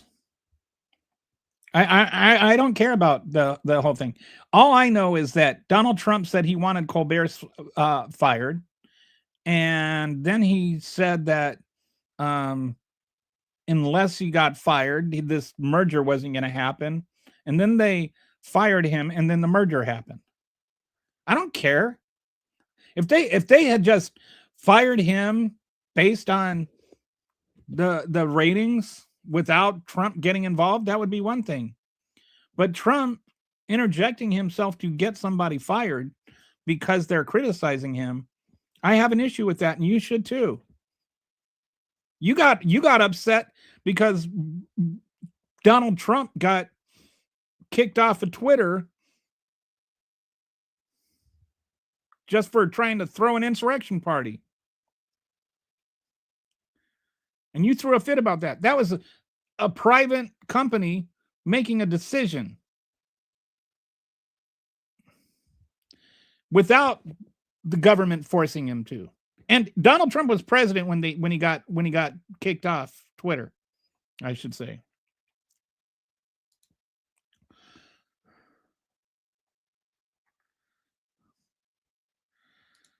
No, Trump's not my whole existence. I'm not the one that drives around with Trump painted on my car and on my forehead.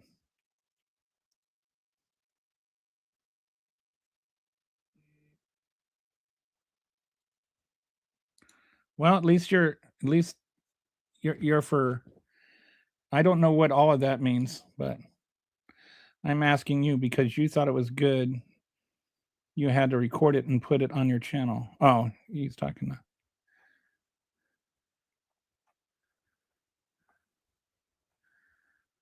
There's something I don't know about here.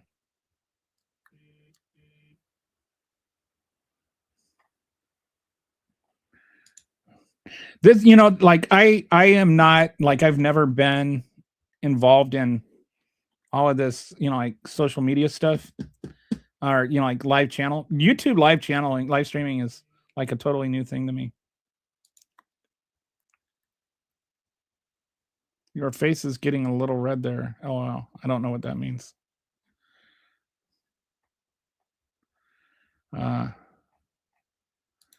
Trump gave a concession speech.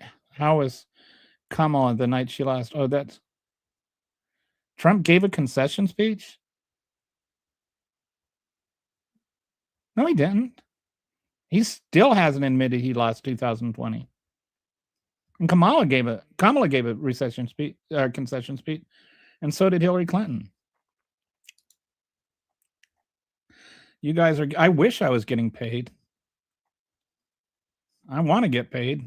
By the way, if anybody wants to pay me, you can go ahead and hit that sticker button.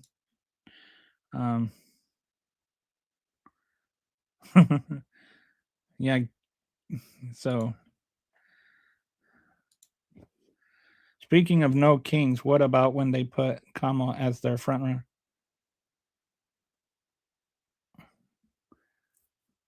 I don't know why you're so worried about who the Democrats are running. FYI, Kelly does not pay me either. I'm also a volunteer. It's a good thing because I don't have any money to pay you with. Oh, again, I wish I did. I wish I could get like sponsored and make six figures, but I don't. These people who talk a lot of don't, but they don't have enough nerve to put their real name and face out there. Tisk tisk. I'm dropping deuces, by the way, as I text this, thinking about all you dumb. Well, that shows your level of discourse and level of comprehension. All right, so now let's go back to, I am caught up there. So let's go back to this. So case number one, the Trump sued CBS for $16 million.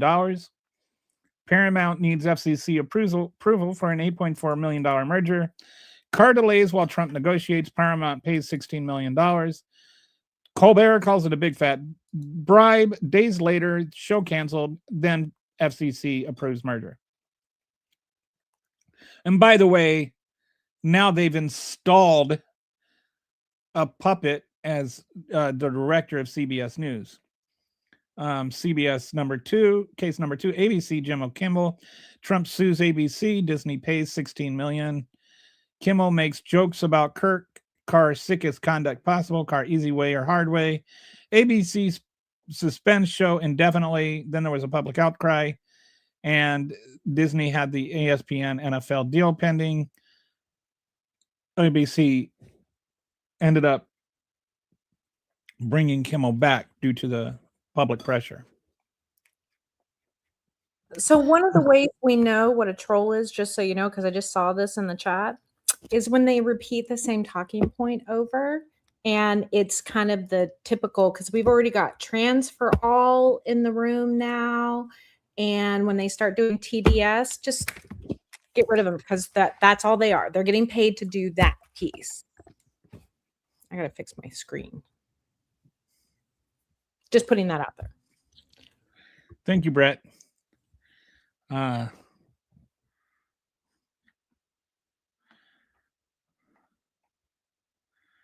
Transfer all. I don't even know what transfer all means. Do you think that there's like a bunch of people that like go around trying to force people to be trans or something? Yeah, I will say this. Just shut up about trans people. Like, if you don't want to be trans, don't be trans. Like, literally, nobody is trying to make you be trans. Just stop being an idiot. Okay, so next, the Venezuela war powers. When I've got this dashboard set up, I have a lot of material I want to get around to. It's just we can never get past this stupid Minnesota shooting thing.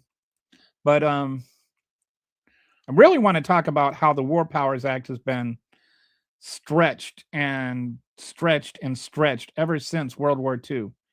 I've even got hopefully maybe I'll release this tonight, a ranking of all the presidents, all 15 presidents since FDR, and how much they have stretched the war powers.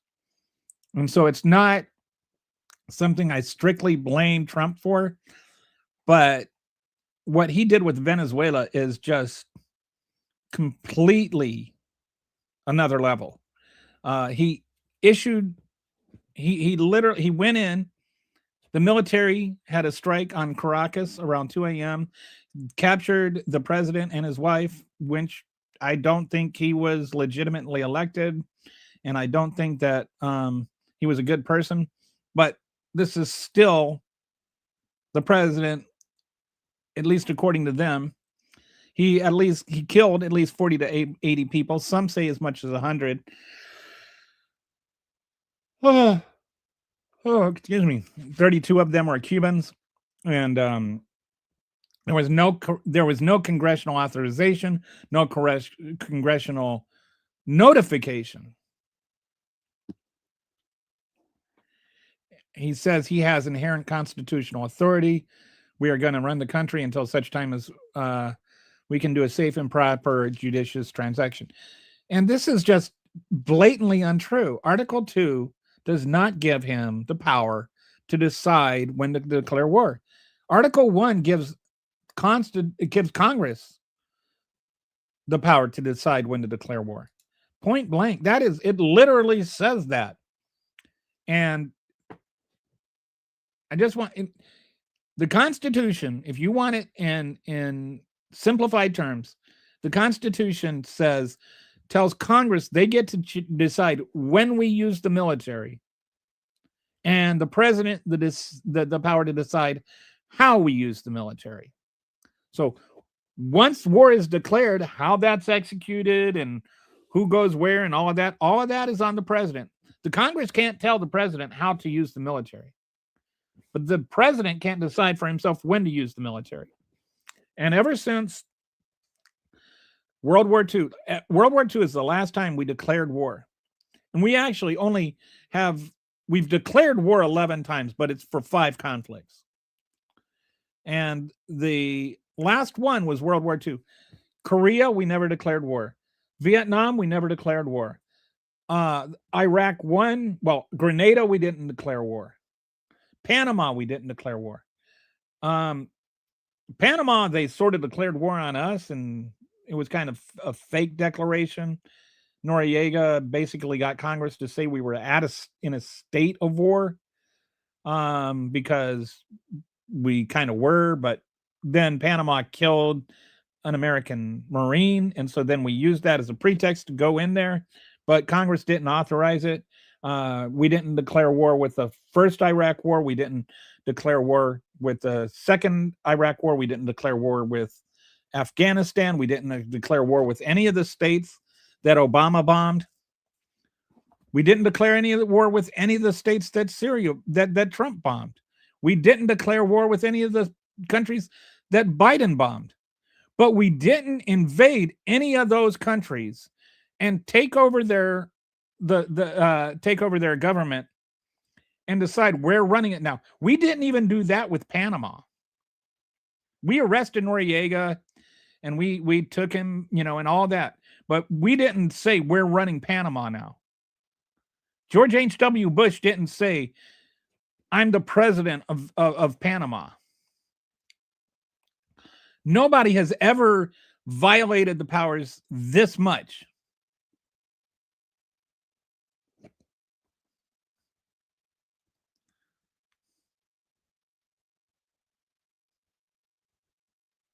So let's go through some of this. We've got, buddy, remember that weird video on your channel? I need to deets why you would do that. I know. Okay, so this is something I don't know about.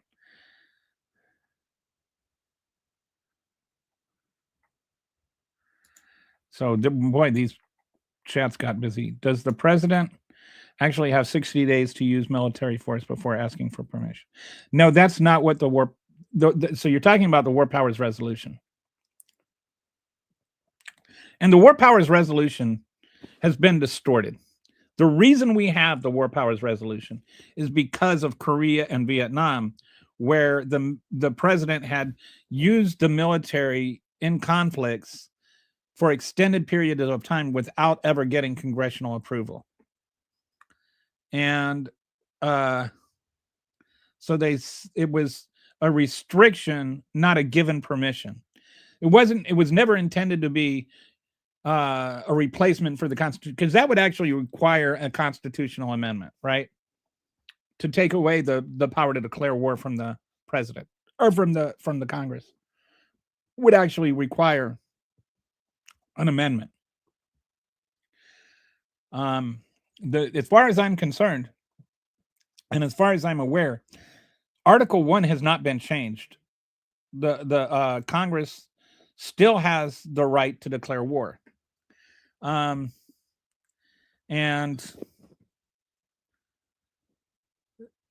so we had fought 2 pseudo wars in Korea and Vietnam without ever declaring war. And so then the War Powers Resolution was passed to say, okay, we understand there may be certain times where there is an emergency situation. So if that happens, you have to notify Congress what you're going to do, and then you have to get congressional approval within 60 days. But what's happened is it's been distorted into meaning, and even the media will report it like this, that the president can just go around and do whatever he wants as long as he tells Congress within 60 days. But that's not the intent of the legislation, and that's really not what the legislation actually says. It's only if there's like an actual emergency situation that it says, okay, in this situation, you can act, but you have to get congressional approval within 60 days. It's not like you have standing approval to do whatever you want as long as you notify Congress within 60 days. There's kind of a upside down thinking on that.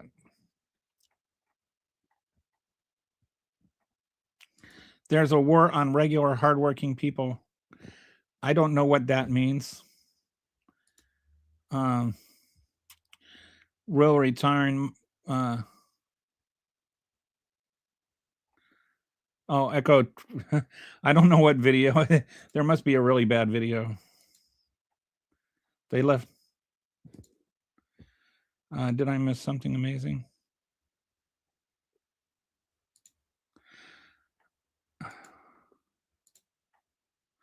I just thought I would spend a minute looking at some of the most prolific trolls on here and their YouTube channels. He had a video of a dude going blank in his own mouth. Oh, gross.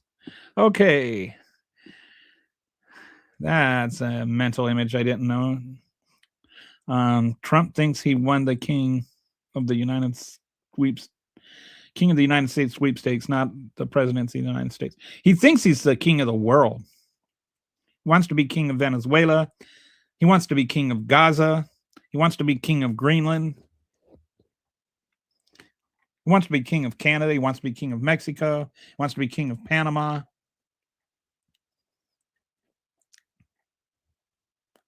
So let's go back to here.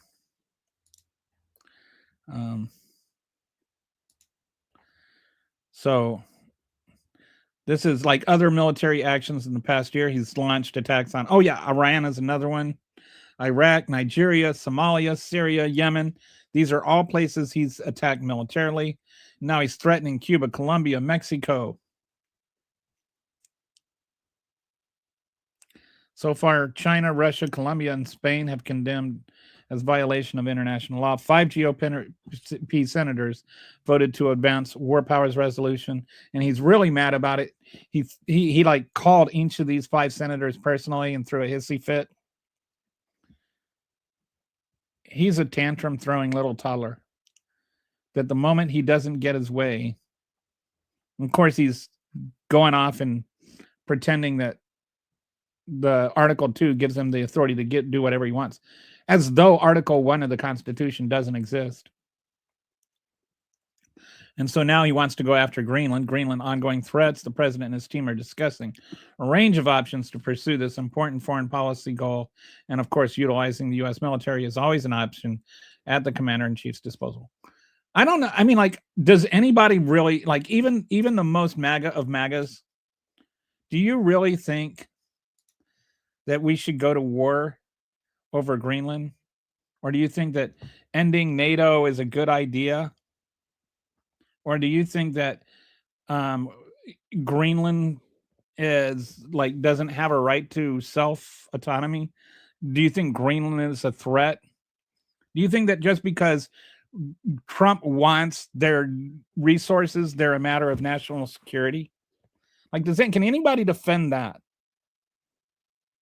Because I haven't even heard MAGAs try to defend that, but I haven't heard a MAGA with the courage to criticize it either.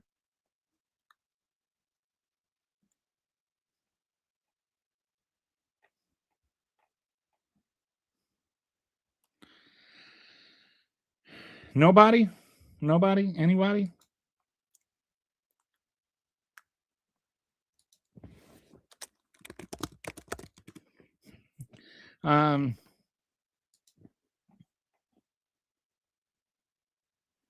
Still not hearing anything. I'm giving you a chance. All I see is one guy talking about Tim Walz and Minnesota fraud. Everybody else seems to have like puckered up, to borrow one of your terms.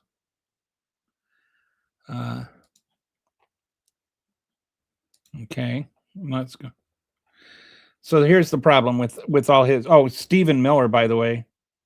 What's the first thing Stephen Miller? All right, here. Hey, Kitty. What's the first thing Stephen Miller does when he wakes up? What? Opens the lid. Nosferatu. So, I love a good Stephen Miller joke. All right, so Stephen Miller said should have Greenland as part of the United States. Refused to rule out taking by force. Nobody's going to fight the United States military over the future of Greenland. He's gotten some really psychotic rants lately. Like, basically, he's saying that the U.S. should be able to like take over anybody it wants, any country it wants to, because it wants to, and because we can. Here's the problem. Greenland is part of Denmark, a NATO ally. 85% of Greenlanders oppose joining the U.S. Greenland leaders, we don't want to be Americans. We don't want to be Danes. We want to be Greenlanders. Donald Trump was sitting there talking about trying to offer them money to join the United States, as though, one, it's his money to offer. Like, where is congressional authorization for this funding? And B, he's like saying, you know, like it's a carrot or stick thing to him. Either take the money or we conquer you. He's like, one way or another. That's what he did with both Venezuela and what he has told both Cuba and Mexico. Make a deal if I want or else. I think he wants to own the entire Western Hemisphere. And basically, I think he sees the world that way. That we own the Western Hemisphere. It is ours. And he's effectively said that on numerous occasions.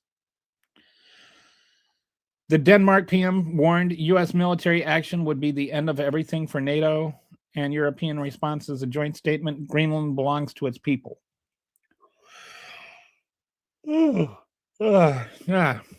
Sorry. Don't know why I've got the yawns. Senator Ruben Gallego is introducing a resolution. Okay, so introducing resolution to prevent invasion. Representative Don Bacon, a Republican, said, "Stop the stupid. We want Greenland BS. This is appalling. Greenland is a NATO ally. Only 7% of Americans support military invasion." So where are you at? We voted for this crowd. Where are you? Why don't I hear you defending invasion of Greenland?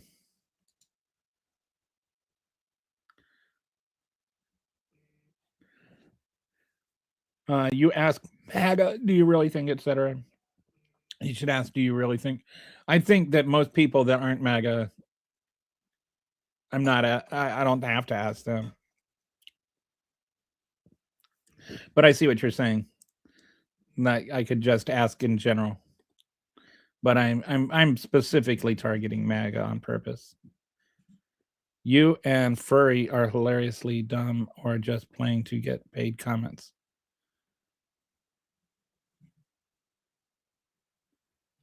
I don't know what that means. What is a paid comment anyway? Oh, is that the stickers? I don't know. You want to give me one? Go ahead. Miller looks like Goebbels and Gollum had a legitimate child and had he does. And he sounds like it too. Some of these interviews he's had are just screeching psychopathic rants that are just really weird. Have you seen, Brett, I bet you know, have you seen like some of the things his cousin has said about him? His cousin is just like, I'm glad our grandparents aren't alive to see this. Like, we weren't raised this way. Apparently he's not a big, like even his own family is not a big fan of his. Wait till they start getting drafted. The all-starts. Wait till they start getting drafted and they'll start singing a different tune. Yeah, how many wars are we going to fight before it's not like an overnight operation? Most of them were bots run by 1 and 2 people. When one left, from embarrassment to botnet with. Yeah, that's the way it happens. It's like I'll have like one person leave, and it's like 26 people will leave at one time. And as you know, they're all connected to each other. And they talk to each other too. Like they're like, oh, you know, like they'll have these like inside conversations going on as though they're collectively owning me or something.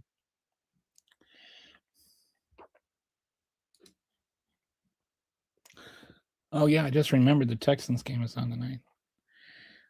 So let's keep going here.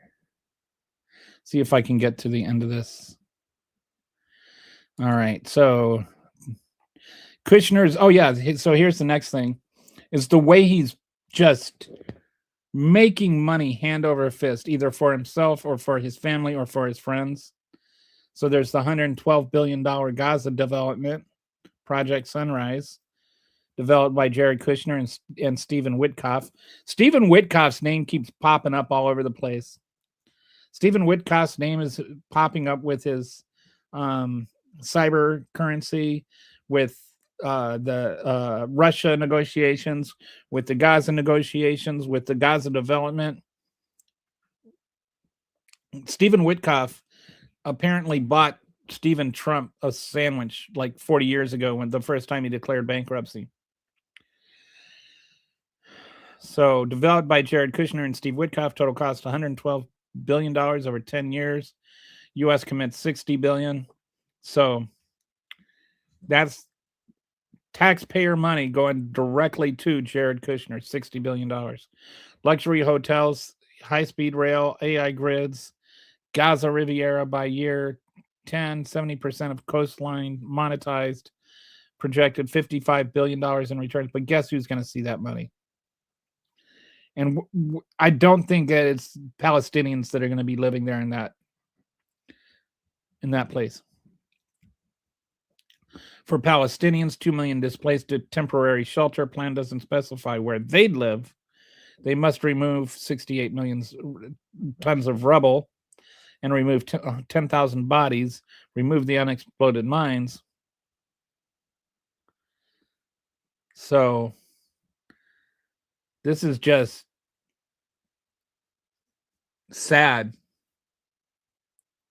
And the Gaza Governance of Peace, Board of Peace, Transitional Authority headed by Trump. This is why I say Trump wants to be president of the world. He wants to be king of the world.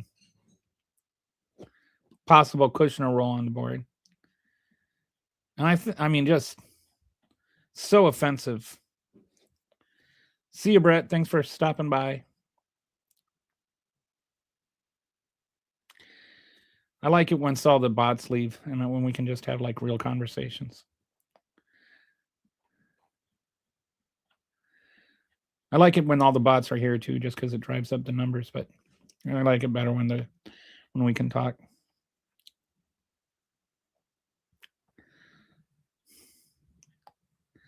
Okay, so almost done.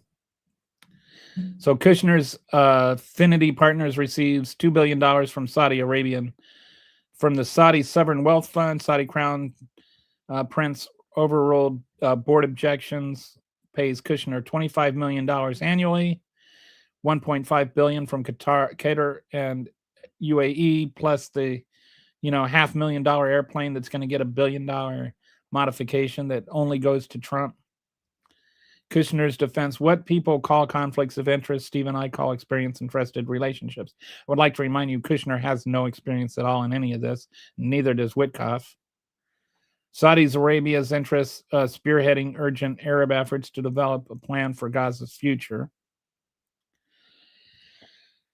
Witkoff's conflicts: family has deep business ties to Gulf nations, partnered with Trump family on cryptocurrency company World Liberty Financial, received $2 billion investment from UAE Wealth Fund. So this is just like Trump and his buddies. I think I've read it's now up to $13.2 billion he's made off of his first year of presidency. But we're supposed to be worried that Hunter Biden sold a painting while Joe Biden was president.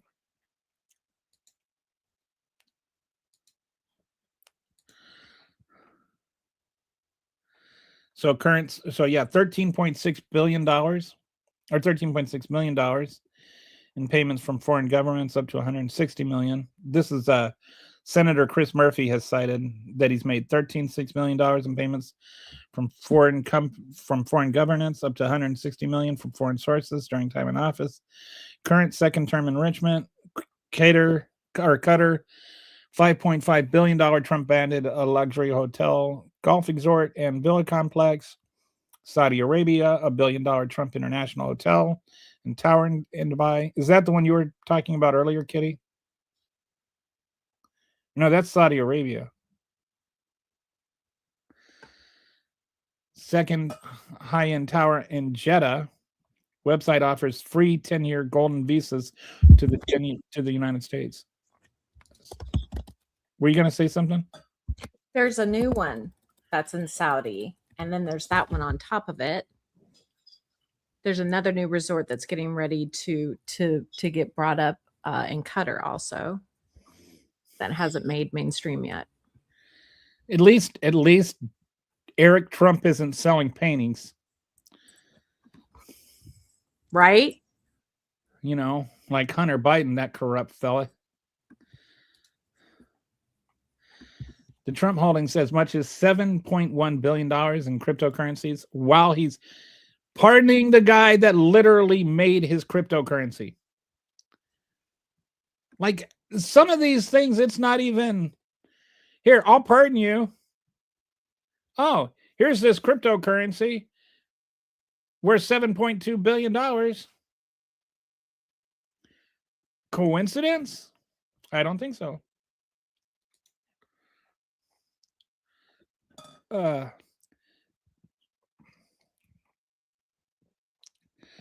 Saudi LIV Golf hosted tournament at Trump's Florida club.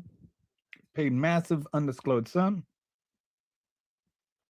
We don't even know how much money he's making off of this. He says he's the most transparent president ever, but he's about as transparent as a brick house. Mar-a-Lago now, membership fees. Mar-a-Lago now has a $1 million membership fee. Bedminster now has $125,000 membership fee. Executive branch, DC, $500,000 minimum. Do you think that they're just paying to play golf? You think do you think that Mar-a-Lago is really, the golf is that great that they're paying $1 million a year for membership? Did you happen to also note the brand new exclusive club that just opened in DC that's like $1 million to join, and only the most exclusive rich people can and have access to the White House? Is that the executive branch thing? Mm-hmm. Okay, that's that one. Oh, there it is. I'm making sure I got that one. Yeah. Media settlements. So like Bilka and the media. There's no way, every legal expert will tell you that none of these cases would ever go his way in court. He just used the power of the government to leverage them to settle. Foreign investment claims, Saudi Arabia's $600 billion pledge. Trump asking to round to $1 trillion. India, $500 billion. Actual goal for bilateral trade. Oh, I think these are his, this is talking about his claims that these people are going to invest this much money. Guess how much money has actually been invested out of that? Zero would be the correct answer. None of that, like he's talking about $17 trillion as though it's our entire GDP is $34 trillion. That he increased our GDP by 50% through these pledges is just patently ridiculous. And a lot of them, like, they don't even have enough GDP themselves to match that, pledge that he's saying. And none of those countries are agreeing that they pledged it. Well, and quite frankly, we even have a hot mic with Meta's leader where he's like, I just came up with a number. I wasn't sure if that was big enough for you when talking about investment in the U.S. Oh, goodness. So, these are just made up numbers that have no bearing on reality. I hadn't heard about the hot mic. by what's his name, the head of Facebook guy. What's his name? Zuckerberg. Zuckerman. There's a Zuckerberg born every minute. Tariffs average burden $2,100 per household. So this is just talking about how while he's making all that money for himself, the middle Americans and poor Americans are paying more money in taxes. They just don't call them taxes. They call them tariffs, but they're still taxes.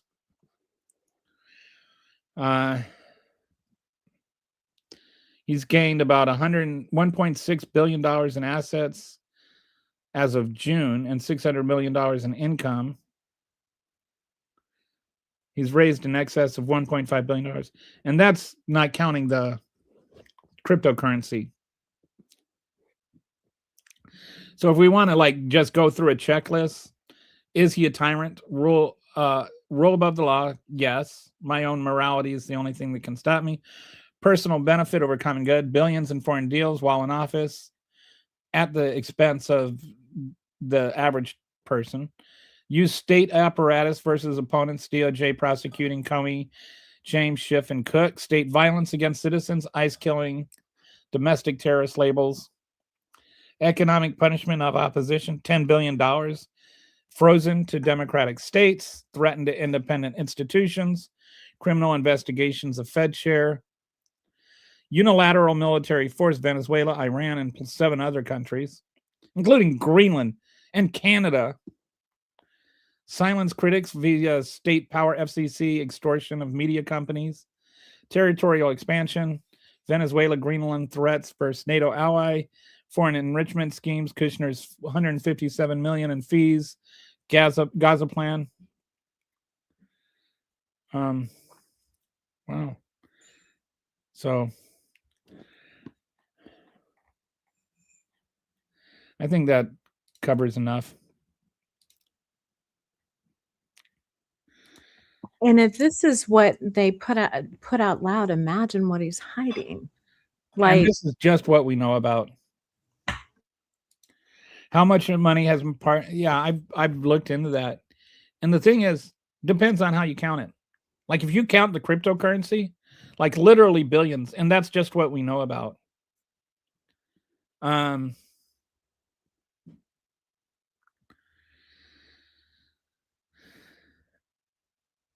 wonder, and then there's other things like Juan,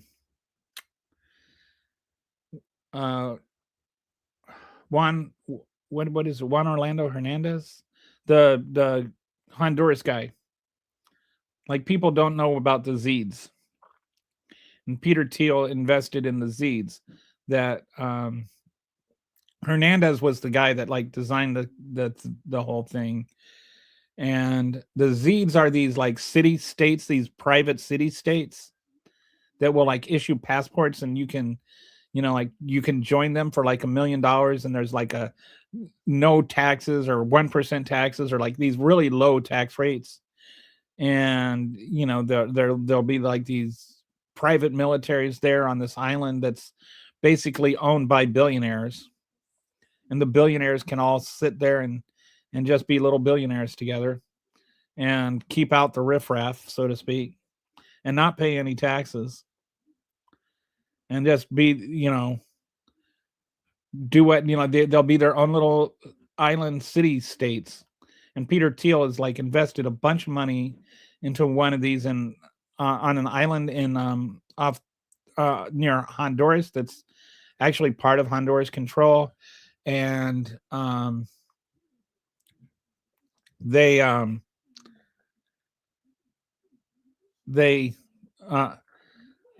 hang on one second. My wife is having an imaginary argument, so it's distracting. She tends to do this thing. She gets in these imaginary arguments with her brother. He's MAGA. So anyway, the Zeeds, like the amount of wealth involved in those things is just like it gets into the trillions, and it's all connected to the Honduras thing because they were trying to end the program, and then Peter Thiel was suing, and like basically if he wins the lawsuit, it'll destroy the entire nation. He's suing for like 1/3 of their GDP. So, and it's already one of the poorest countries in the world. And anyway,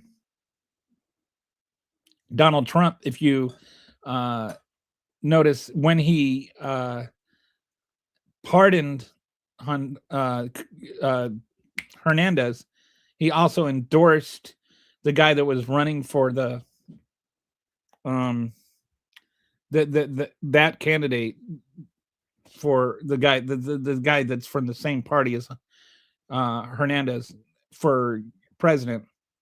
And this is a guy that Peter Thiel wants to win because he's going to give them their seeds back. So, like, how do you count that into how much they're getting? He's getting paid in bribes. And these are also, by the way, the same people that are making the tech policy that's making Donald Trump billions and billions of dollars.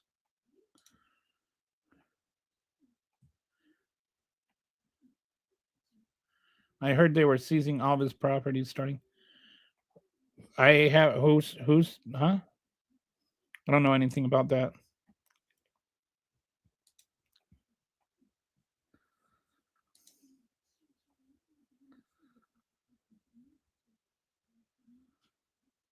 Oh, for the Carroll case.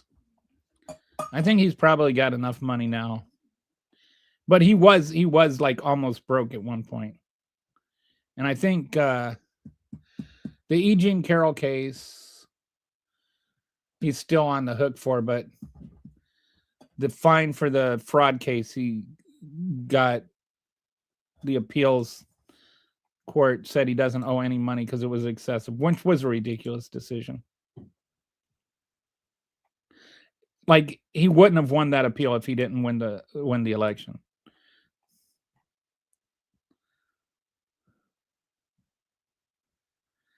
They aren't cheap. There's some silly looking things though. Oh, you're talking about the golden sneakers? Yes, there's somebody that stupid. What about the phones? The rebranded used phones, the Trump phones that ended up just being like some kind of old phone that was just being like it was a refurb. Do you what do you know about that, Kitty?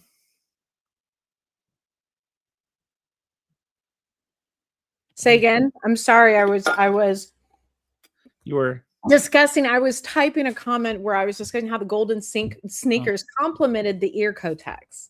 What were the phones? You remember the phones? Oh yeah, they were refurbished like 3 generations back iPhones. iPhones, that's what. They were refurbished iPhones, and most people haven't even gotten them yet. And they're like $500 a piece or something.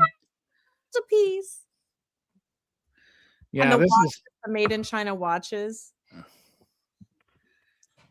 I mean, there's just he is if not original when it comes to finding ways to scam his own followers out of money. I have a theory about all that crap. What's that? My theory is that's one of the ways they launder money. I think that they go in and create these products for foreign governments and such to purchase. Mm-hmm. To be able to launder money and funnel money to them. That's what I think. That sounds like a valid theory. I've seen others do something similar. And if they accidentally make some money off some saps in the process, it's not a big deal, right? Right. I just like I think of some things where I'm just like that should have been the end of it. Like, there's so many of them. But in the 2020 election, where he would have like the default box clicked where I don't know if you heard about this or if you remember it, but like if you were contributing to his money for if you were giving him a contribution, they'd have a default box to make it a recurring monthly payment. And you have to actually uncheck that box, and it was like hidden somewhere. You had to like look for the box to uncheck it. So a lot of people were like contributing money to us. Like they go and they give like their last $200 to him or something. And then it would like just keep coming out. And so then they'd find out like they had donated $20,000 to his campaign when they never intended to. Well, they were still supporting him. It wasn't his fault. I still get his newsletters from the campaign because I get the newsletters from everybody because I want to read everything that's happening.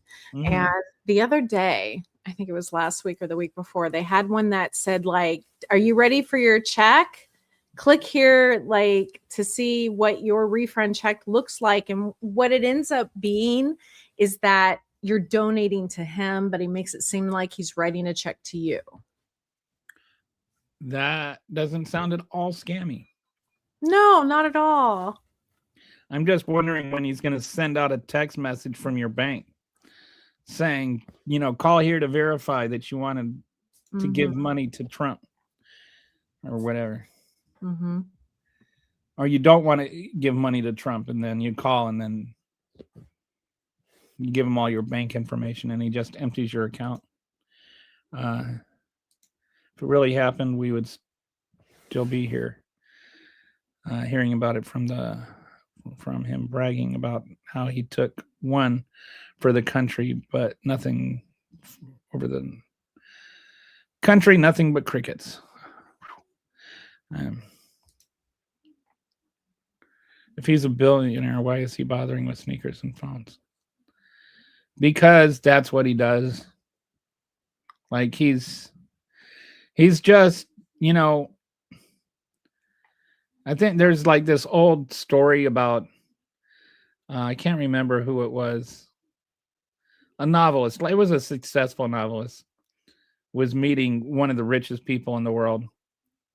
And he was at this rich person's house. I can't remember who it was. It was like,